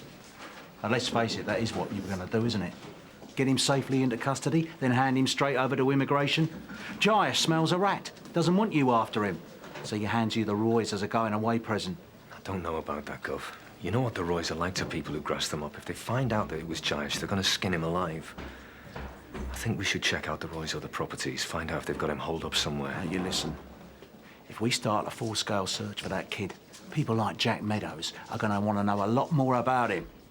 Now, do you really want your governor knowing that you've been running a 15-year-old illegal immigrant as an informant? He's gone into hiding, John. Leave him. The last thing we want right now is Atul finding him, right? Right. After I talked to you this morning, I received a telephone call from Mr. Malik. When exactly was this? Oh, maybe 2 or 3 hours ago. He wanted to pay off the rent arrears on Laundry Lane. But he'd already done a runner from the house. Why on earth would he want to pay you money when he didn't have to? My family is very much respected in the community. And I suppose Malik didn't want any bestie, humiliation in public. So he arranged for us to meet at his warehouse to pay debts owed. So you just went there to collect? Yes. But you knew we were after Malik. Why didn't you tell us? Oh, I fully intended to. But then I thought I'd get the rent money first. It was a silly mistake. I know that now. You didn't go alone, though, did you? You took 3 business associates with you. Yes. Old friends from Canada and Singapore. I've been showing them around Sun Hill all day. Oh, I see. So you just took them along for the ride, did you? That's correct. We arrived at the warehouse. Malik wasn't there. It was empty, apart from a few boxes. And then I saw the museum items. I couldn't believe it. I knew then you were right about Malik. He's a pakachor, a total thief. I was just about to call you when your officers came running in. You really expect us to believe all this? It's the truth. Malik works for you, doesn't he? No. You and he conspired to steal Raj artifacts, didn't you? Again, that Raj nonsense. You had a shopping list and he was pushing the trolley, right? No. Oh, come off it. Harry Knowles' Empire medals and a few odd baubles from Canley Park House. Who else is going to be interested in bent gear like that? Not me. What about your 3 pals? Amit, we know you were doing a deal with them. How do you know? Who's been telling you these lies? For the benefit of the tape, Mr. Roy is now speaking to his solicitor. Malik called me and asked me to go to the warehouse. That's why I was there. If you ask Malik, he will tell you it's the truth.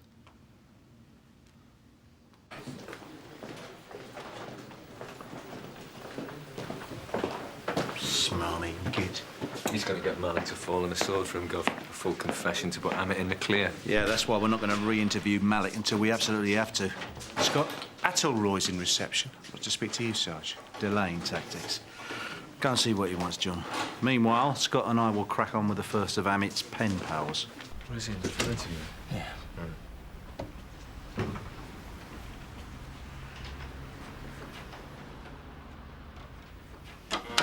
I came to inquire after my brother and guests. Got you sweating, have we, Atul? Look, this has all been an unfortunate misunderstanding, Sergeant. You're not squirming out of it this time. Jayesh gave me enough. Jayesh?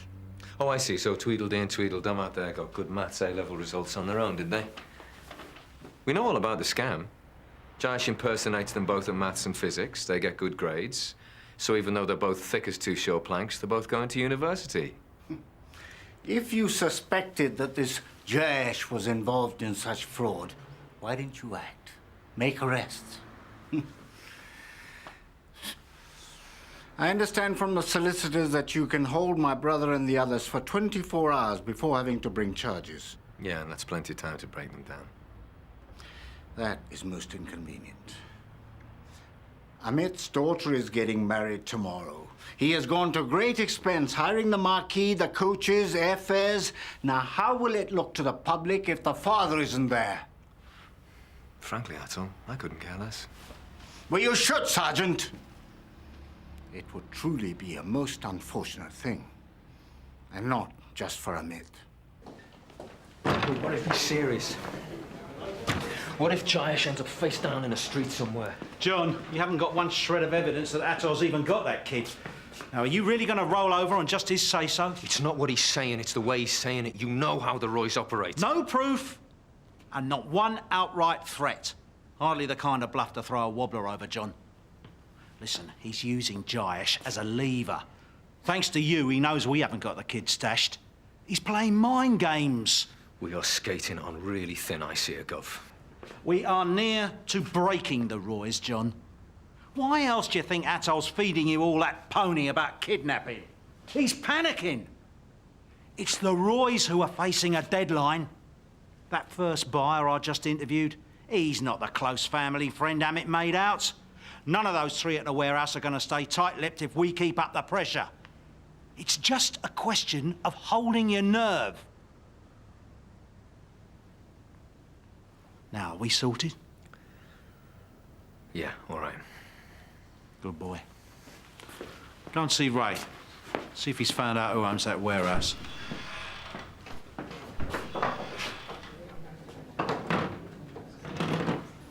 I want you to follow Atul Roy. I want to know where he goes and who he sees.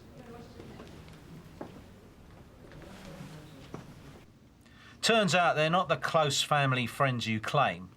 They're business acquaintances. They are both. So you mix business with pleasure? I don't know what you're talking about. Inviting international buyers to a wedding and then getting them to bid for stolen antiques? That is not true. You searched them. Did you find any briefcases full of cash? A gentleman's agreement. Goods on credit. That's total nonsense. They are in town for your daughter's wedding. Quite a bash from what I've seen. A lot of important people. Maybe these were gifts. Tokens of esteem. I mean, what else would impress successful Asian businessmen? Something money couldn't buy? I told you I went to see Malik. I'm not a thief. Maybe you really believe that. I mean, that Maharaja's throne. Ranjit Singh. Lion of the Punjab. I mean, the Bubbles want the Elgin marbles back. Maybe you think you've got the same cultural claim. Maybe you think this is not stealing, just retrieving relics, right?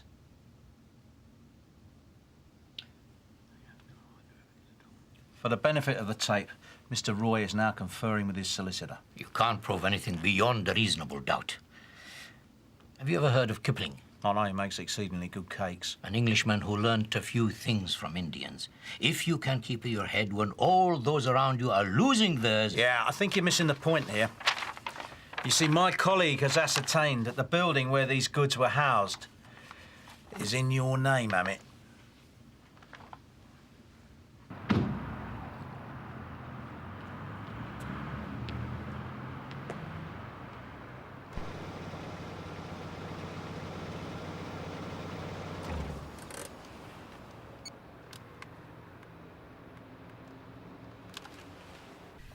The warehouse should have taught you that my brother and I are never together in the same place at the same time. Well, I'm sure that's a really big comfort to Amit in his cell. He did a lot of boasting. He was under pressure to deliver in time for the wedding. Now he has paid the price for his pride. Won't repeat the mistake. Are you sure? What you want, Atul? I want my brother and his guests to be released without charge in 2 hours. It's not possible. I want them all to walk free. They were caught red-handed. You only have circumstantial evidence against them. If you accept Malik's confession, he will make a full statement of guilt. And if I refuse? Then Malik will still confess, and I will hire better solicitors.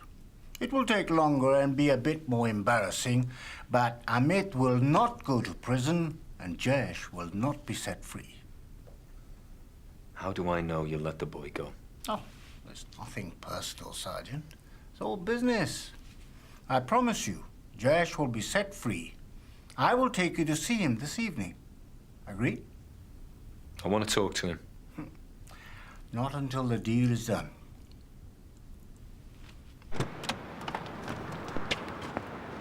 What's your game, John? We've got to do a deal, Gov. Atul's got Jayesh. He wants a trade. The kid for his brother and the 3 buyers. Then Malik's going to cop a guilty plea to all the theft. No, we don't do deals. I don't like it, but if we ignore him, Jayesh is going to get hurt. He might even kill him. Look, even if Atul has grabbed the kid, he's not going to let him go. I mean, for a start, he'd be laying himself open to a kidnap charge. Apart from all the other things Jayesh might tell us, he can't afford to turn him over to us. You're not listening to me. We have got the Roys under the cosh. Amit is already pointing the finger at his brother, trying to save his own neck. And now Atul's trying to pull strokes. They're desperate. Yeah, and what happens if Jayesh ends up in a gutter somewhere? It's not going to take Meadows long to twig my involvement. It's a bluff. Now you go back to Atul and front it out. The balance of terror. Tell him if anything happens to that boy, Crime-Ocky will have him. You don't give a damn about this kid, do you? I don't care what you think of me, but I am this close to nailing those slags, and I'm not having you piss on my parade. As soon as you can, yeah. So what are you saying, John? That this child's in danger because of your investigation? His name's Jayesh, and I think he must be an illegal immigrant. That's the only way Atul would think he'd possibly get away with an abduction. I don't understand this. I've had an informant on the Roys. This is the guy who's been giving you all the anonymous tip-offs lately. Yeah, he's been wanting the Roys off his back for years, but he's always been too frightened to come forward officially. So what's the connection between him and this illegal immigrant, John? The boy is his nephew. Go on. Now, I've been working on this informant now for months. I've been trying to gain his trust. I've been trying to persuade him to sign up officially. But the thing is, we needed information really fast. We? No, I needed information really fast, so I asked him to do some digging on the Roys. And Atul got wind of it? Yeah. He went after him about an hour ago, but when he got to the shop, the only one he could pull was the kid. Jayesh? Yeah. Listen, Jack, I haven't got time for this. What's going on? Well, you tell me. What's he said? I've told him that my informer's gone to ground because Atul has abducted his nephew, Jayesh, in revenge. You what? It's a right mess. We've got an unofficial informant and an illegal immigrant kid. Yeah, well, I don't know what you're on about. Do you reckon that Atul's serious about hurting this boy? My informant seems to think so. He's not prepared to show his face in Sun Hill ever again. And the Roys have got a reputation when it comes to retribution on relatives. Has he made any threats? Atul's intimated a deal, Gov. Jayesh's freedom in exchange for Amit and the 3 mates. Now, you listen. Amit is just about to drop his brother in it. And as for Atul, we've got him being watched, so if he makes a move, we'll know. We can't just gamble that this boy will muddle his way out of it. They're bluffing. Can we take that risk? Immigrants or not, Frank, a child's life is on the line, and we've got to help him. No. I am not cutting Amit and those other 3 loose. Give us a minute, will you, John?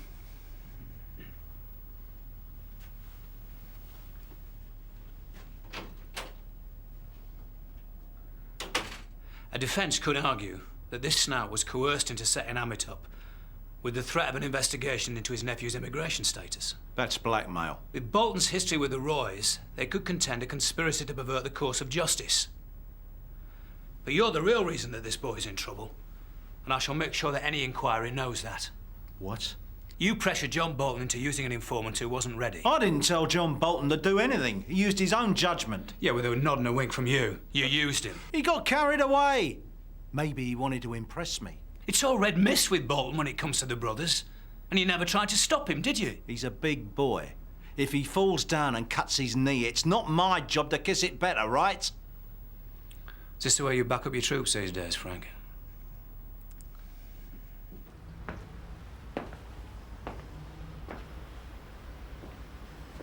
You lost your bottle, John. You know the real reason you haven't been able to nail the Roys up until now? It's because you haven't quite got what it takes. And they know it. They'll always see you coming.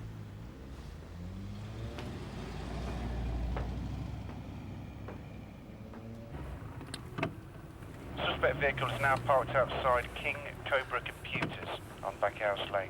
Well, it looks like the Roys have stopped going round the houses. I wouldn't count your tandoori chickens just yet, Jack. All units stand by. Nobody move until Boulton comes out of the shop with the boy.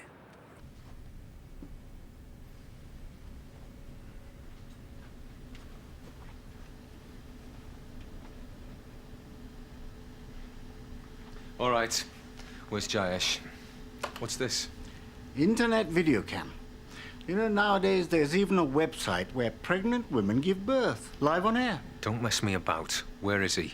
Jayesh is alive and well. You can talk to him, just as I said. Where is he? Germany. In a few days he'll be back in India. Then you can call him as much as you like, or pay for his airfare back. I couldn't release him here, Sergeant. He is an illegal immigrant after all.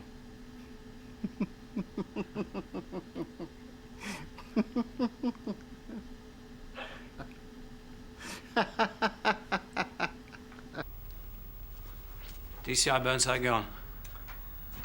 I didn't see him, Gov. What, coming or going? Frank Burnside likes to walk on the wild side. But whatever he reckons, you made the right call, guaranteeing that boy's safety. Yeah, but the Roys walked. Yeah, this time, but there'll be another. Meanwhile, we've recovered all the stolen goods. Suspects are in custody. And the Roy's associates will think twice about doing business with the brothers. Could have been worse. Yes, Gov. A whole lot worse.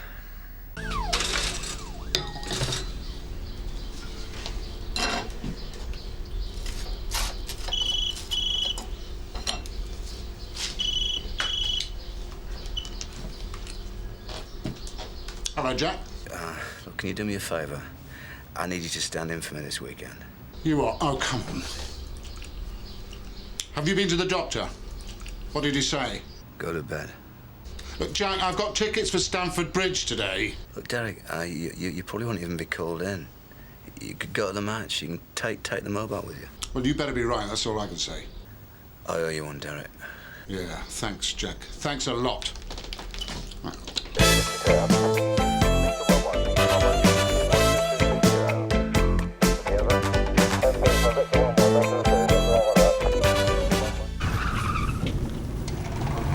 Definitely on something. It's a bit early to be ratted. Well, he could be going out for a Friday night ease up. Yeah, talk to us.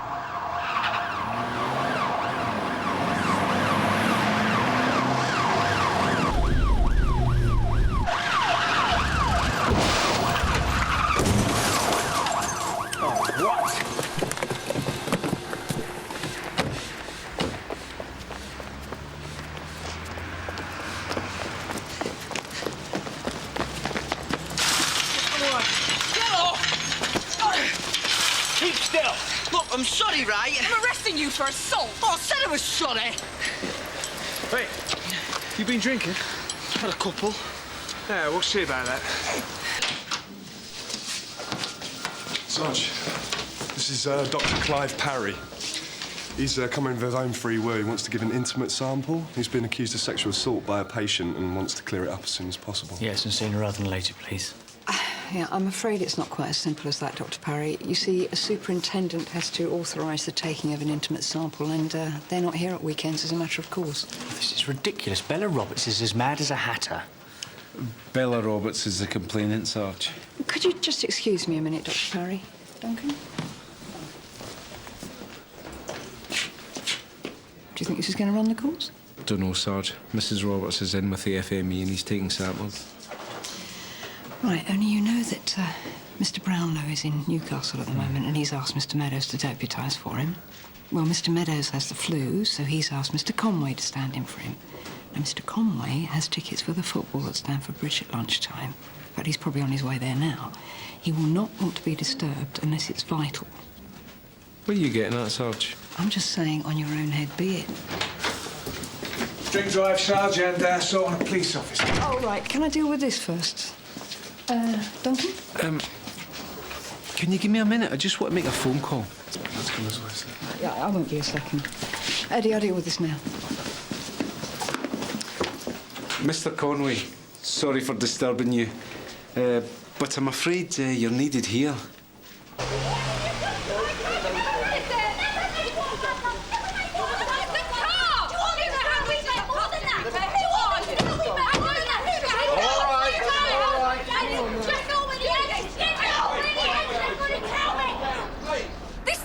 Just smashed my windscreen. Did anyone here call the police? I should have done. He has had my husband kidnapped. You're talking nonsense, woman. Well, where is it then? We should have left for Spain 3 hours ago. All right, calm down. It's Jane Bird, isn't it? Do I know you? Sergeant Cryer.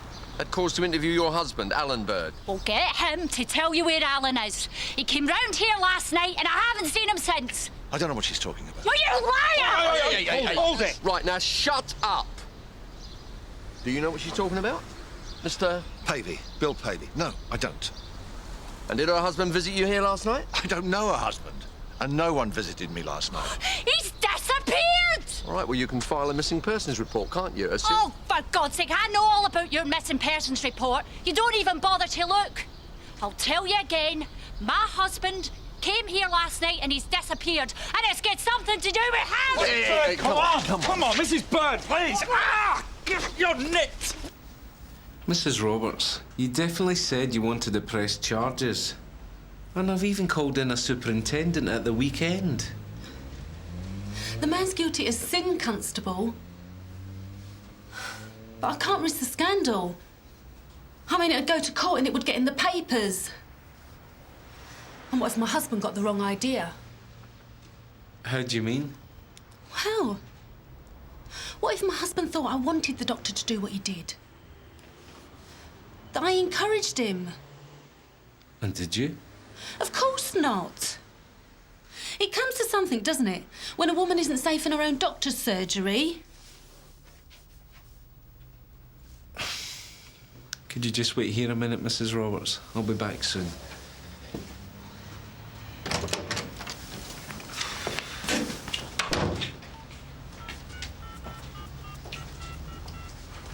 What does she want?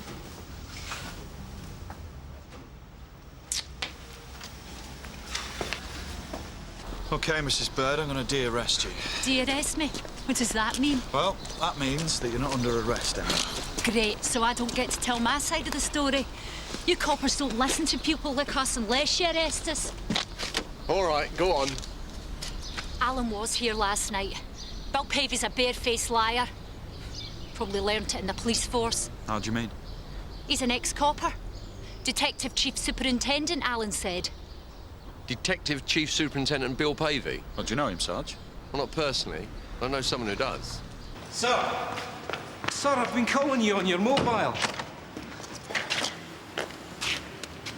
Batteries, Duncan, is that sort of day. Well, I'm afraid she's dropped the charges. You what?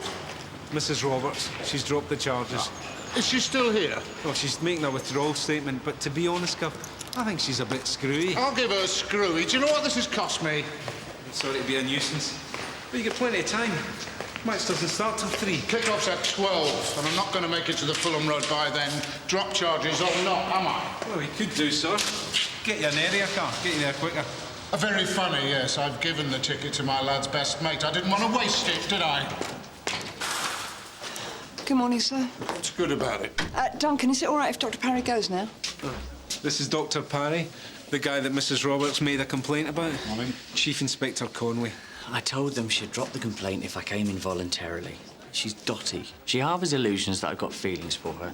When I discourage her advances, she does this. Do you want to make a complaint against her? No, I just want to get back to my surgery. Half a son here seems to have gone down with the flu. Yeah, tell me about it. So, am I free to go now?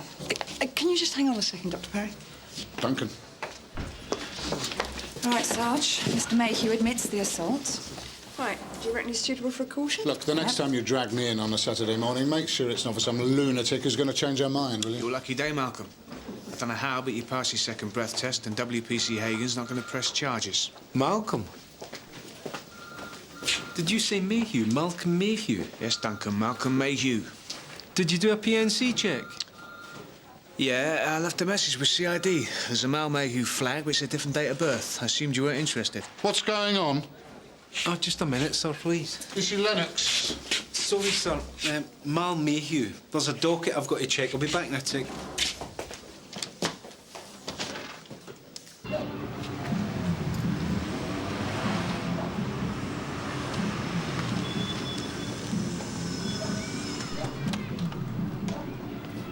Right, Jane, out you come. Please, Mr. Cryer, listen to me. These are 2 plane tickets for Malaga. Alan and me were due to fly out this morning. Come into our flat, you can see for yourself, there's nothing in it. We've sold all our furniture. All right, I believe you. We had our eye on this bar in Villanova. Lovely little place.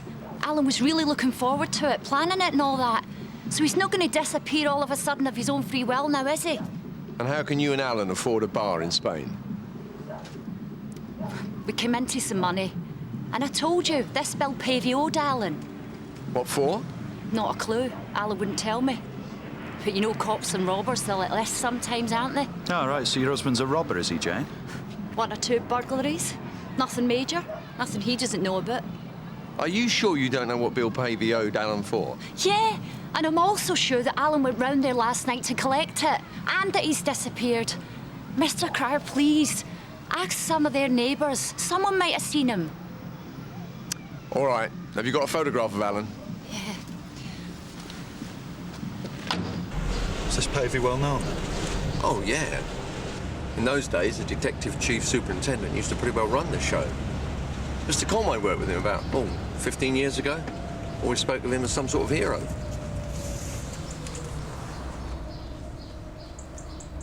And when Bill Pavey retired, there were rumours circulating.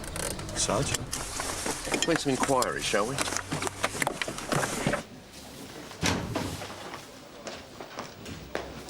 June, has Duncan Lennox been down here? Yes, sir. He's just rearrested Mal Mayhew for robbery. You know, the guy who was picked up for drink driving assault by Eddie and Vicky? Well, apparently Mr. Meadows is going to be over the moon. CID been after him for months. Oh, well, that's great, isn't it? 3 bloody cheers for Jack Meadows. Where's Lennox now? Upstairs? Yes, sir. Did you see anything else, Mr. Rogers, apart from this man and your neighbour arguing? No, I went in. They were aware I'd seen them, and you don't like to get involved, do you? Did you hear what was said? Sorry. Could hear them, but not, you know, the words. All right. Thank you very much for your help, anyway. Well, it looks like Pavey was lying about Bird being with him last night, then. Looks like it. Do you reckon something dodgy's going on? Possibly. Let me do the talking, eh, Sam? Yeah. How long's this going to take, then? Not long. Hello again, Sergeant. Mr. Pavey. Is there something wrong? I'm not sure yet. I understand you used to be in the job, sir. Detective Chief Superintendent. Some time ago. I retired about 5 years. And you knew a colleague of mine, Derek Conway. Sergeant Derek Conway? Yeah. Good man was Derek. Chief Inspector Ops now at Sun Hill. Is he? He always was a grafter, was Derek. But that's not what you've come to see me about, is it? No, it isn't, sir. Your neighbour tells me that he saw Alan Bird on your drive last night, and he remembers this because you were shouting at Bird. I think you should come inside.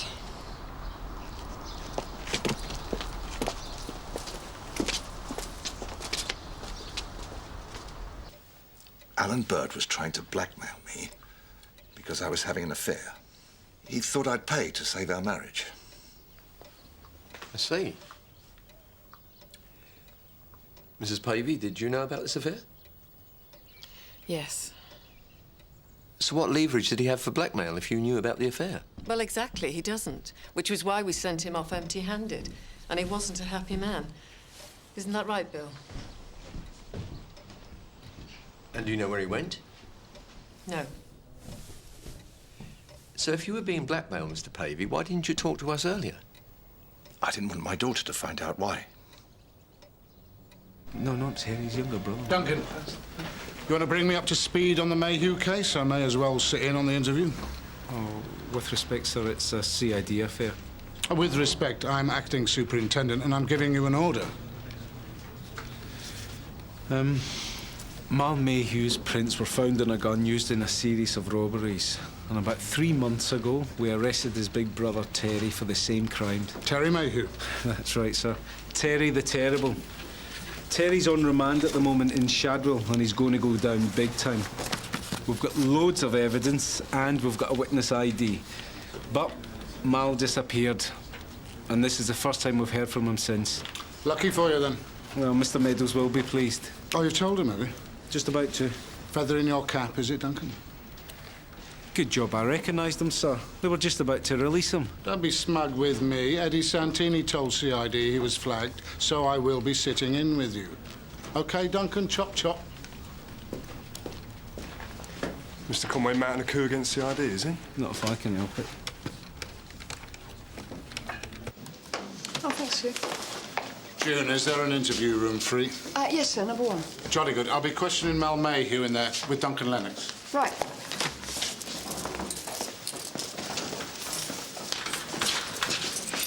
Mr. Conway keeping you busy, Duncan? Tell me about it.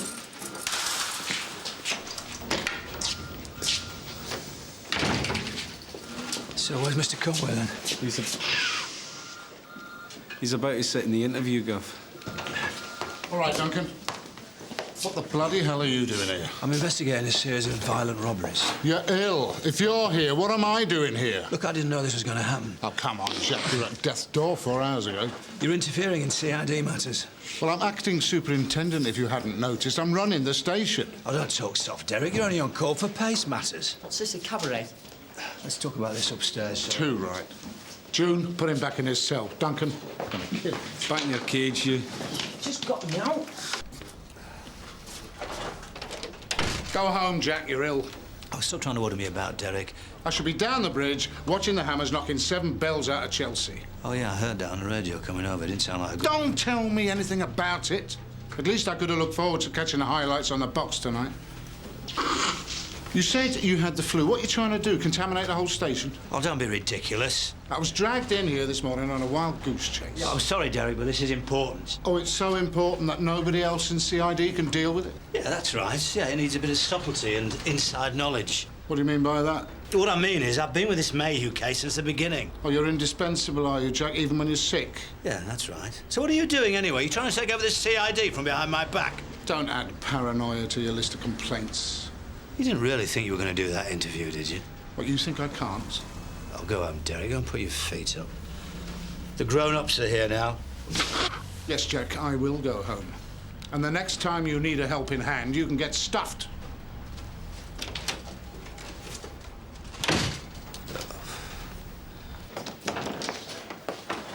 Bye, June. Bye, sir. Sir. Bob, I didn't expect to see you, sir. Thought you were at the match. Don't you start. I've just run into an old friend of yours. Oh, yeah? Former Detective Chief Super Bill Pavey. Bill? Good heavens, what's he doing there? Oh, apparently he moved into Son-in-Law a few years ago. Yeah, I didn't know that. I'll send him my regards. Or better still, look him up. He must be getting on a bit now. How's he looking? Fighting fit. Good, good. Did you meet his wife, Katie? Yes, sir, I did, yes. Yeah, lovely woman. It's not official, is it, this business with Bill? I'm afraid it is, sir, yes. Have you got a minute? Yes, I can spare a minute. Sam, would you like to go and get a cup of tea? Yeah, right, yeah. Bill Pavey having an affair? Never. I don't believe it either. For one thing, he's a strict Methodist. So, if there is a blackmail, and that bit does ring true to me, what's it all about? What you saying, Bob? When Bill Pavey retired, there were a lot of rumours flying around that he was bent. Come on, that was just sour grapes. Look, you inherit a bit of money, you buy a big house, and suddenly you're on the take. Bill Pavey was the straightest copper I ever knew. So why is a petty thief like Alan Bird knocking on his door? I don't know. Has there been a crime committed? Someone's been reported missing. Yeah, and what do we do with Miss Purrs, Bob? We wait for them to turn up. I believe that Bill Pavey is lying. I also think that he's in trouble. Why didn't you have a word with him? Oh, come on, Bob, it's Saturday. I've been dragged in here for no reason whatsoever. Now I'm going home to salvage what's left of my day off. I thought he used to be your great friend. Father figure, I can remember you saying. That was 20 years ago. Oh. All right. I think we should start with Alan Bird's wife. Right. See, all our furniture's gone. That there was worth selling. Now, would we sell our stuff if we weren't moving? You said that Alan went to see Bill Pavey because Pavey owed him money. Oh, yes, how many more times? And you sure you don't know why? Look, Jane, if you want us to find your husband, I think you'd do well to tell us everything that you know. Was your husband blackmailing Bill Pavey, Mrs. Bird? What? Was he? We need to know. We need to know if Alan was a threat to Bill Pavey or anyone else. It wasn't really blackmail. It was just that Alan thought that Pavey would pay him to keep quiet about something that he knew. That Bill Pavey was having an affair? An affair? I don't know about that. Well, what then? I don't know what Alan had on him. I really don't, but it wasn't an affair. Alan said that Pavey would pay up because it was either that or prison. That's why Pavey would want Alan out of the way.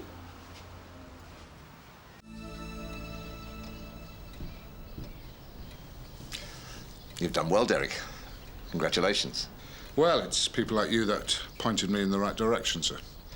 Bill. It's nice to know good men occasionally get their rewards. Thanks. Ah, this must be Sarah. I don't suppose you remember me. You must have been about 10 the last time I saw you. No, sorry. I don't remember. Do you mind, Sarah? This is an official visit, Bill. Come on, let's leave the men to their business.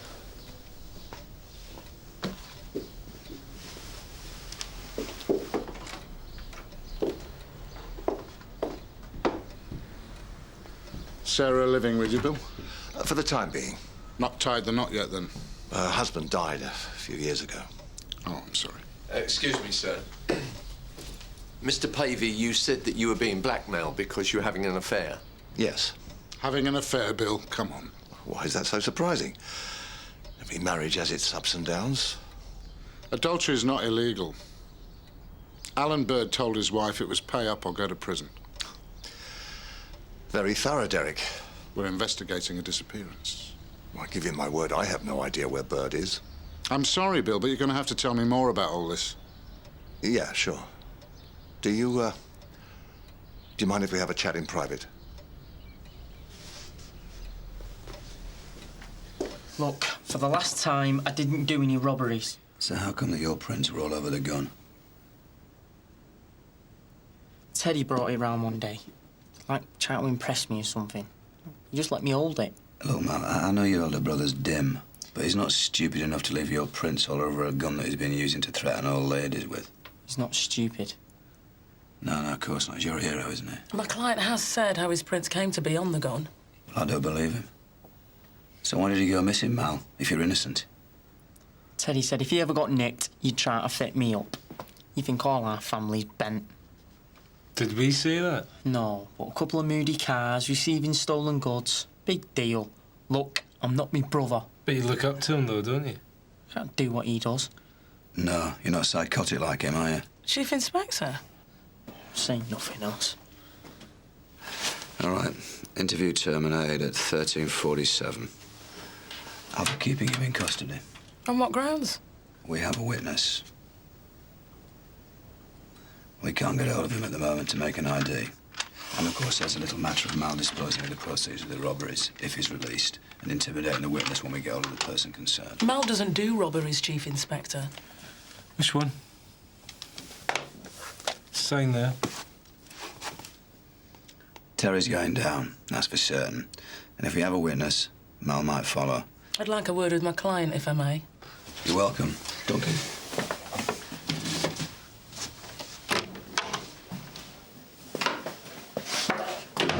What's going on, Gov? Our witness only saw Terry, he didn't see the other guy.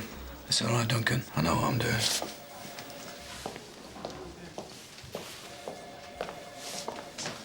Are you serious? The year I retired, Sarah's husband had just died. She was in real financial trouble. So I let off a couple of big-time villains, and they were very grateful. So you're telling me you took money for favours? Yes. How much? 10 grand.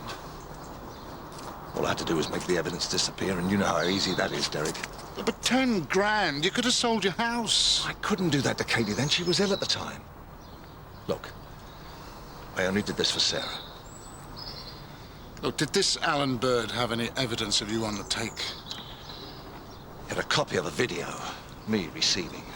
No doubt taken for insurance purposes, for the villains in case I broke my promise. Did you pay Bird anything? No.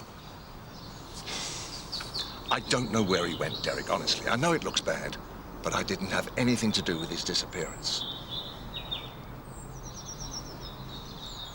I suppose you'll have to report this. Well, at least you're still too proud to ask for a favour. Come again? That I forget what you've just told me. I wouldn't ask that of you, Derek. Right. Well, I dare say somebody will be in touch. Do me a favour, Derek. Don't let Sarah know what I've told you. It'll break her heart. She's going to find out sooner or later. Yeah, but for now, let me deal with that myself.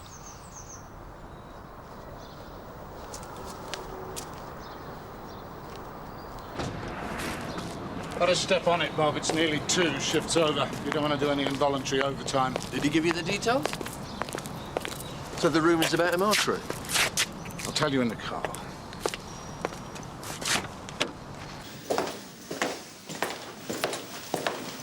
Derek. Bad news, I'm afraid. Oh, really, Jack? What's new? I may need you to come in tomorrow to authorise Mayhew's detention beyond 24 hours. Just another wind-up? No. I don't need it, Jack. I'm not in the mood. If you want me to come in tomorrow, you call me tomorrow. And you better have a bloody good reason why. Well, I only asked. But I was ill this morning, Bob, honest. I was at death's door. I'm only here now because I'm drugged up to the eyeballs. No, it's not that, sir. Well, what is it? One of his heroes has got his hands dirty and been found out.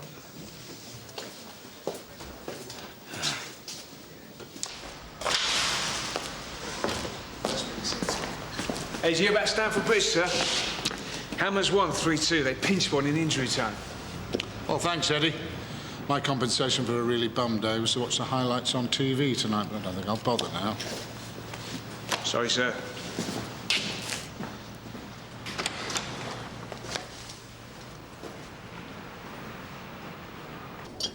I just can't believe it.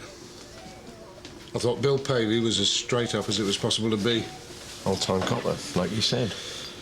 Those methods weren't unusual, were they? No. Don't beat yourself up about it, Derek. It's not down to you. Look, Bob, it's not just... Not just what? Nothing. It just brings my judgment into question, that's all. You going to tell CIB? I've got to think this one through. Taking favours for money. It's a serious issue. You don't need to tell me what it... Sorry. How much is it? Doesn't matter. So you're not going to CIB? Didn't say that. What did you tell Jack Meadows? Oh. Nothing definite. Bet he's grinning all over his face. No, not really. Yeah. Derek Conway's judgment is flawed. Good job he didn't make superintendent. It's all right playing the part, though, isn't it? Thanks for keeping me company, Bob. Yeah. Do you want another one? No. I've got to get a taxi home anyway. But I suppose I can pick the car up tomorrow if Jack Meadows is going to drag me in for more fun and games. I'll tell you, as far as taking liberties goes, he gets the gold medal.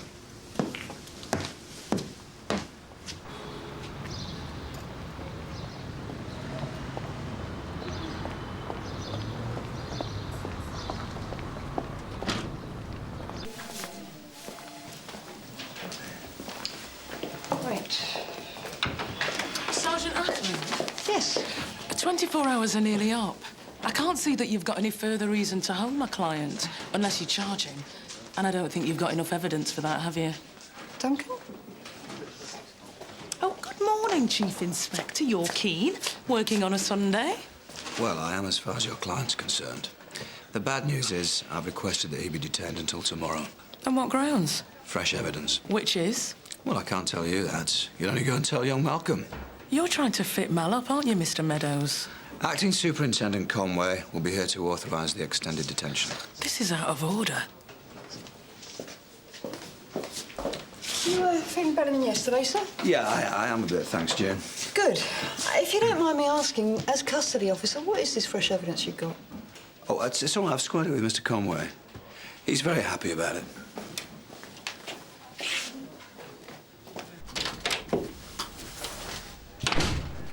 OK, Jack, what the hell's going on? Oh, not even the courtesy of a good morning. What's this fresh evidence you told June Ackland about? Well, it's not exactly evidence. You told Mayhew's solicitor it is. Yeah, well... Don't try and bend the rules, Jack. If this goes to court, it's going to get thrown out, and we'll both get a cuff round the ear. Well, I'm gambling on it not going to court. How so? Well, if Terry Mayhew hears that his little brother's about to go down for a long time for a crime that he probably didn't commit, he might tell us who his accomplice really was. Are you saying you think Mal Mayhew is innocent? Anything's possible. That's a very dangerous strategy, Jack. You can't hold Mal indefinitely just on the off chance that his brother might get in touch. Well, there's no off chance about it. Terry's already been in touch. I had word this morning. It's inside knowledge, you see, Derek. Well, Jack, Terry Mayhew might be psychotic, but he's not a grass. If he thinks that Mal's seriously in the frame, he might help us. And what about the ethics of all this? Ethics? The Mayhews don't deal in ethics. Well, we don't have to sink to their level, do we? Oh, come on, Derek. I'm looking to clean up 3 robberies here. I've only got 2 hours. I'm meeting Terry at 1. No, you to talk about ethics, anyway. I hear you're considering sitting on some evidence of your friend taking money for favours. Who told you that, Bob Cryer?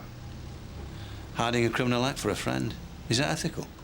I'm not sitting on anything, Jack. Just had to make a few more inquiries first, that's all. Yeah, of course you have.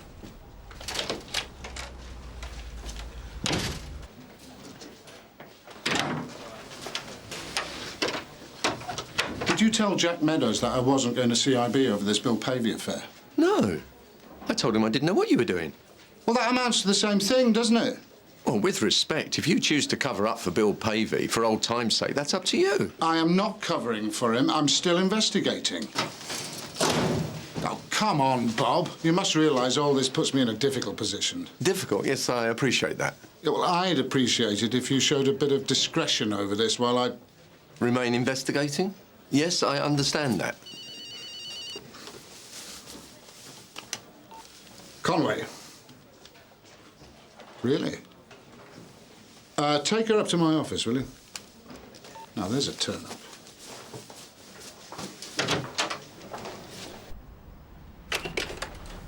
Sarah, this is a bit of a surprise. Mr. Conway. Derek, please. Well, what can I do for you? I was just wondering, when you came to our house, what did Dad tell you? How do you mean? About why Alan Bird was there. Oh, well, I'm afraid you're going to have to ask him that yourself. Dad had nothing to do with Bird disappearing. He was at your house, though, wasn't he? Yes. They had a row. Bird walked off down the road and got into a car that pulled up. What kind of car? I don't know. It was red. He had 3 blokes in it. Bird seemed to know them. Why didn't your dad tell me he went off with some friends? Well, he probably didn't see. I was upstairs in my room. Why did Bird come to the house, Sarah, do you know? Bird knew Tommy, my husband, from way back. After Tommy died, Bird just wouldn't leave me alone. He had this thing about me. And then just lately, he started hanging around, following me. Are you telling me he was stalking you? Yeah. Well, why didn't your dad tell me all this? Oh, he's embarrassed. Ex-copper, you know. His daughter and her connections. And what connections might they be? Well, Tommy wasn't exactly an angel. How did Tommy die, Sarah? I don't like talking about it. You know, it's really weird being here. Really? In what way? Well, when I was a kid, it seemed like the only time I ever got to see my dad was in police stations. They're like second homes. Dad used to have a photo like that. All the cops lined up and me in the front like a mascot. You must have been very proud of him, though. Proud? I wouldn't say that's quite the word.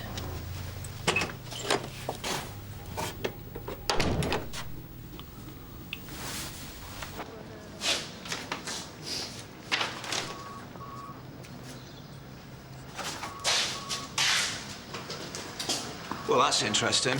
What is? Well, according to that record, Terry Mayhew was visited by Bill Pavey a week ago. So? Well, it's got to be the same one.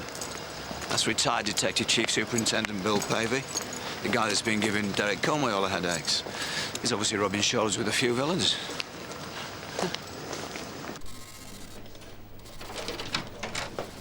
Want to see me? Yeah, well.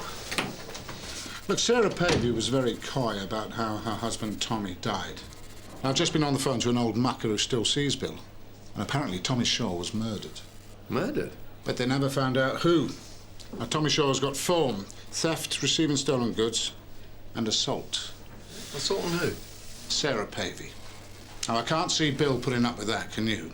So what are you getting at? Sarah marries a petty villain. Bill would be devastated. Then he finds out that his son-in-law is knocking his daughter about. So? What if what Bill told me was to cover up the real truth? Tommy Shaw's murder? Maybe. But whatever it is, I'm being given the runaround. I think another visit's in order. This is a CID matter, isn't it, strictly speaking? Yes, well, there's a certain DCI who thinks I'm trying to take over CID as it is. Let's find out a bit more. And if Jack Meadows thinks I'm treading on his toes, tough. Well, Sunil's finest. How are you doing, Terry? Oh, very well. Very comfortable. And always pleased to receive visitors.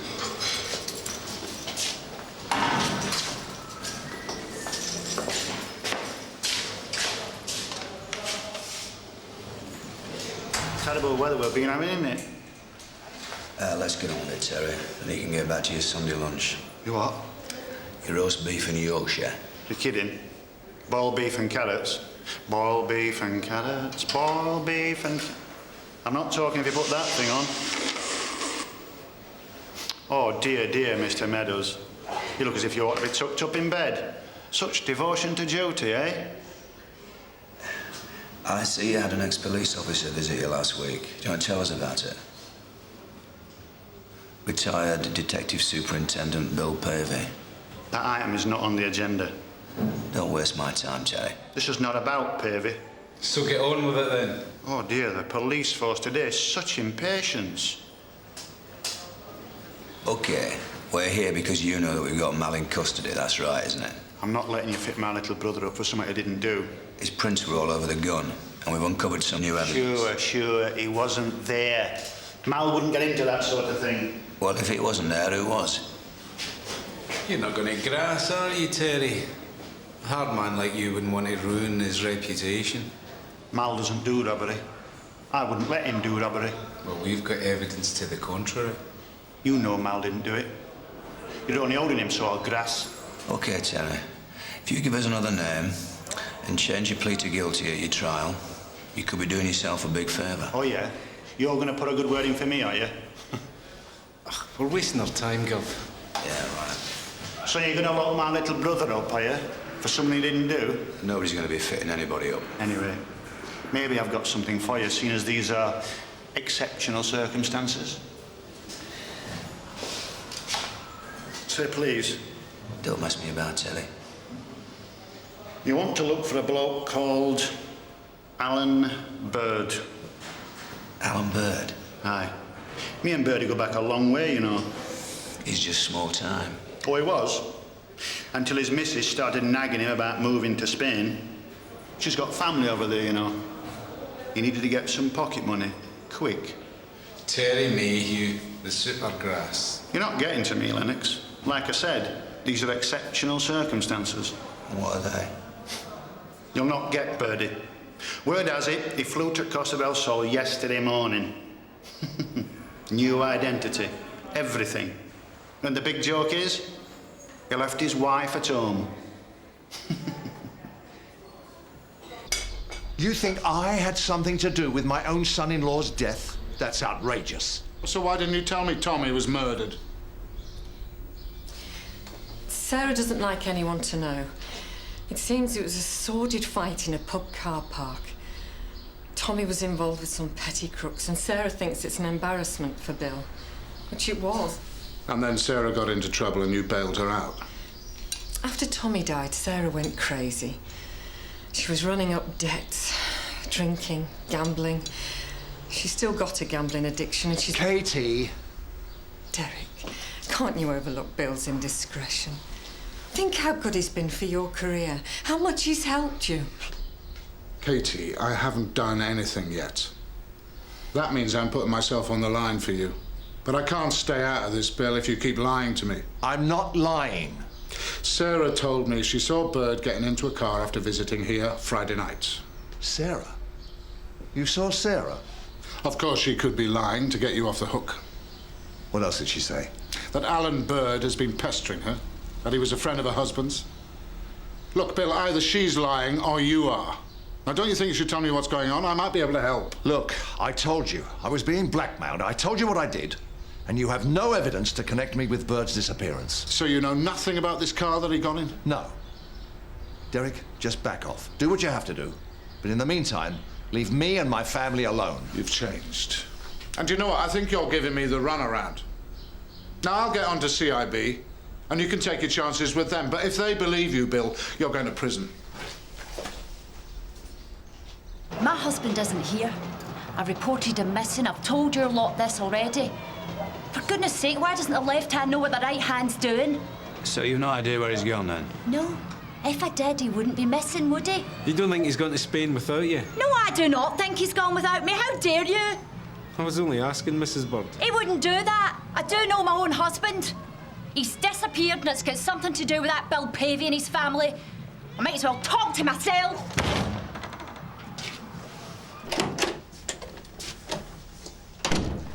I just went round to arrest Alan Bird and he wasn't there. I understand you already knew he was missing. So why didn't you tell us? Well, how would I know you had an interest in Alan Bird? Jane Bird thinks we're a right bunch of pillocks. Oh, I presume she means CID. Don't look so smug, Derek. So what's your interest in Alan Bird? Well, according to Terry Mayhew, Alan Bird was the accomplice. Really? In the robberies? Terry says we'll never find him. Reckons he's gone to Spain with a new identity. Left his wife behind. Oh, that is interesting. Oh, I'm glad you think so. And here's something else. Terry had a visitor last week at Shadwell. Guess who? Bill Pavey.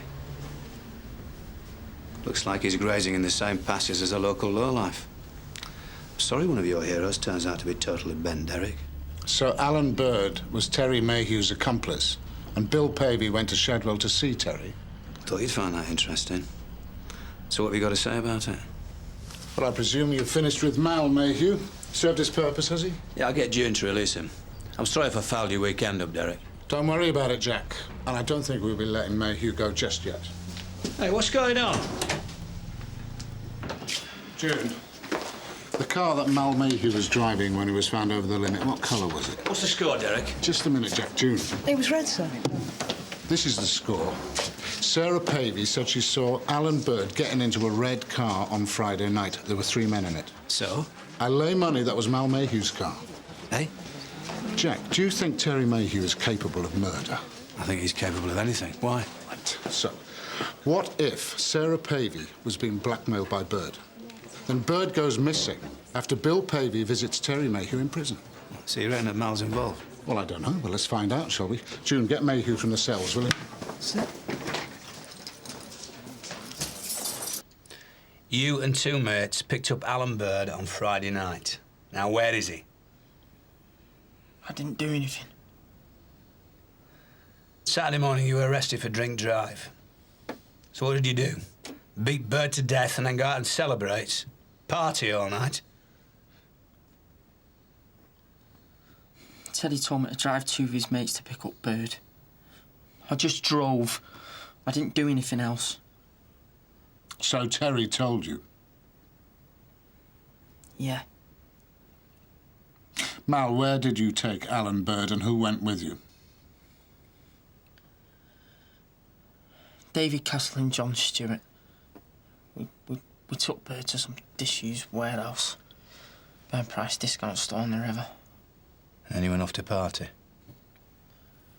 Went to the Metro and then I took them home Saturday morning. I just drove Mr. Meadows, honest. I had to. If you don't do what Teddy wants, you've had it. Even if you are his half-brother. Well, thank you, Mr. Mayhew. So what are you doing now, Derek?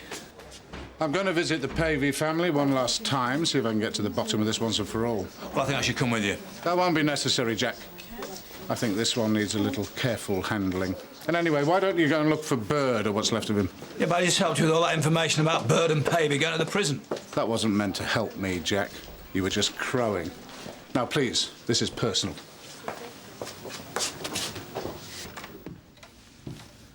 Dad. Derek, what is it this time? Katie not in? She's gone to see her mother. I've just heard that you've been visiting a certain Terry Mayhew in prison. Dad? Well, it's not illegal, is it? You mean it was to say hello? It's private. You bet it is. What's really going on, Bill? Alan Bird wasn't blackmailing you, was he? Do you know what your father's done to protect you? No. He's told us that Alan Bird was blackmailing him because he was corrupt. What? You could have gone to prison for that. Dad, you're crazy. Why don't you tell us what's going on, Bill? Tell us the truth. It could get you out of a hole. Come on, Dad, it's over. You don't have to say anything, Sarah. You'll just incriminate yourself. Dad was lying for me. Go on. I should never have married Tommy. He was a disaster. And he beat her black and blue. Yes, I've seen the records of the assaults. Tommy used to let me know all about his other women. When he finally left, I felt so crap about myself. Everyone knew that. One night, Alan Bird came up to me in our local. I knew him to say hello to. He said, if I wanted Tommy taught a lesson, he knew someone who'd do it for £50. You didn't know he'd kill him? I thought it was just to frighten him, to get back for all the pain he caused me. All it was £50. The next thing I know, Tommy's dead, and I never meant... And the man Bird knew was Terry Mayhew? Must have been. And Bird surfaced again a couple of months ago. Yes. Didn't reckon on you, though, did he, Bill? He's scum. So you visit Mayhew in prison and tell him to get Bird sorted? I just told him Bird was about to finger him for murder, that's all. I passed on information, nothing else. But you knew full well what would happen if you passed on that information. You'd be rid of Alan Bird. I passed on information. Nothing illegal there. What if Bird's dead, Bill? He's scum. No less than he deserves. That's what you said about Tommy. What are you talking about? No less than he deserves. That's what you said to Mum after Tommy died. Sarah? You always know best, don't you? You should have just left things, Dad. You shouldn't have... I was trying to help, Sarah. Oh, yeah. Like you normally do. It's for my own good, isn't it? I think you've said enough now. What are you going to do, send me to my room? Look, I think you know that I'm going to have to arrest you for conspiracy to assault, Sarah. Derek?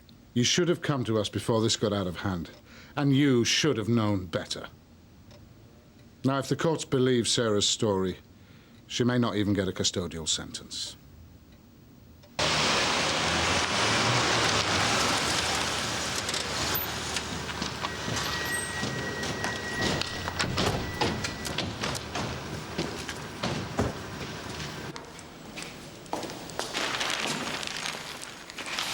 I'll take upstairs, Gov.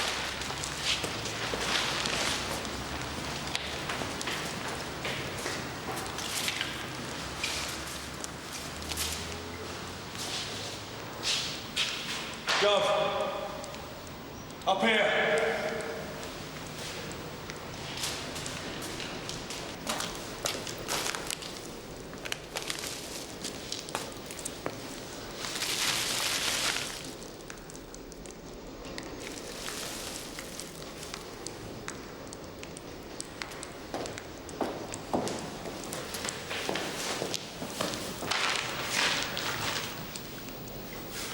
He's still alive, Gov. There's no point in waiting. You know the procedure. Sarah hasn't even been questioned yet. Her solicitor hasn't even arrived. She may not even get bail. We wanted to know that we're here, that we're standing by her. You must be very pleased, Derek. Pleased? Well, you've got a result, haven't you? Cleared up a murder. How are you going to feel if your daughter has to go to jail? She won't. How do you know? Because she's not to blame. Like you're not to blame for what happened to Alan Bird? You know as well as I do, I've done nothing illegal. Nothing illegal. And to think I used to respect you. Alan Bird's going to live, but they reckon he's got brain damage. Still, we don't need his evidence. We've got enough with Sarah to put Terry Mayhew on trial for murder. Maybe they will throw away the key. Good, Jack, good. Flu's cleared up, then? Yeah, I feel great. So should you. We got a good result between us. We cleared up a missing person and a 5-year-old murder. And results are all that matter, aren't they?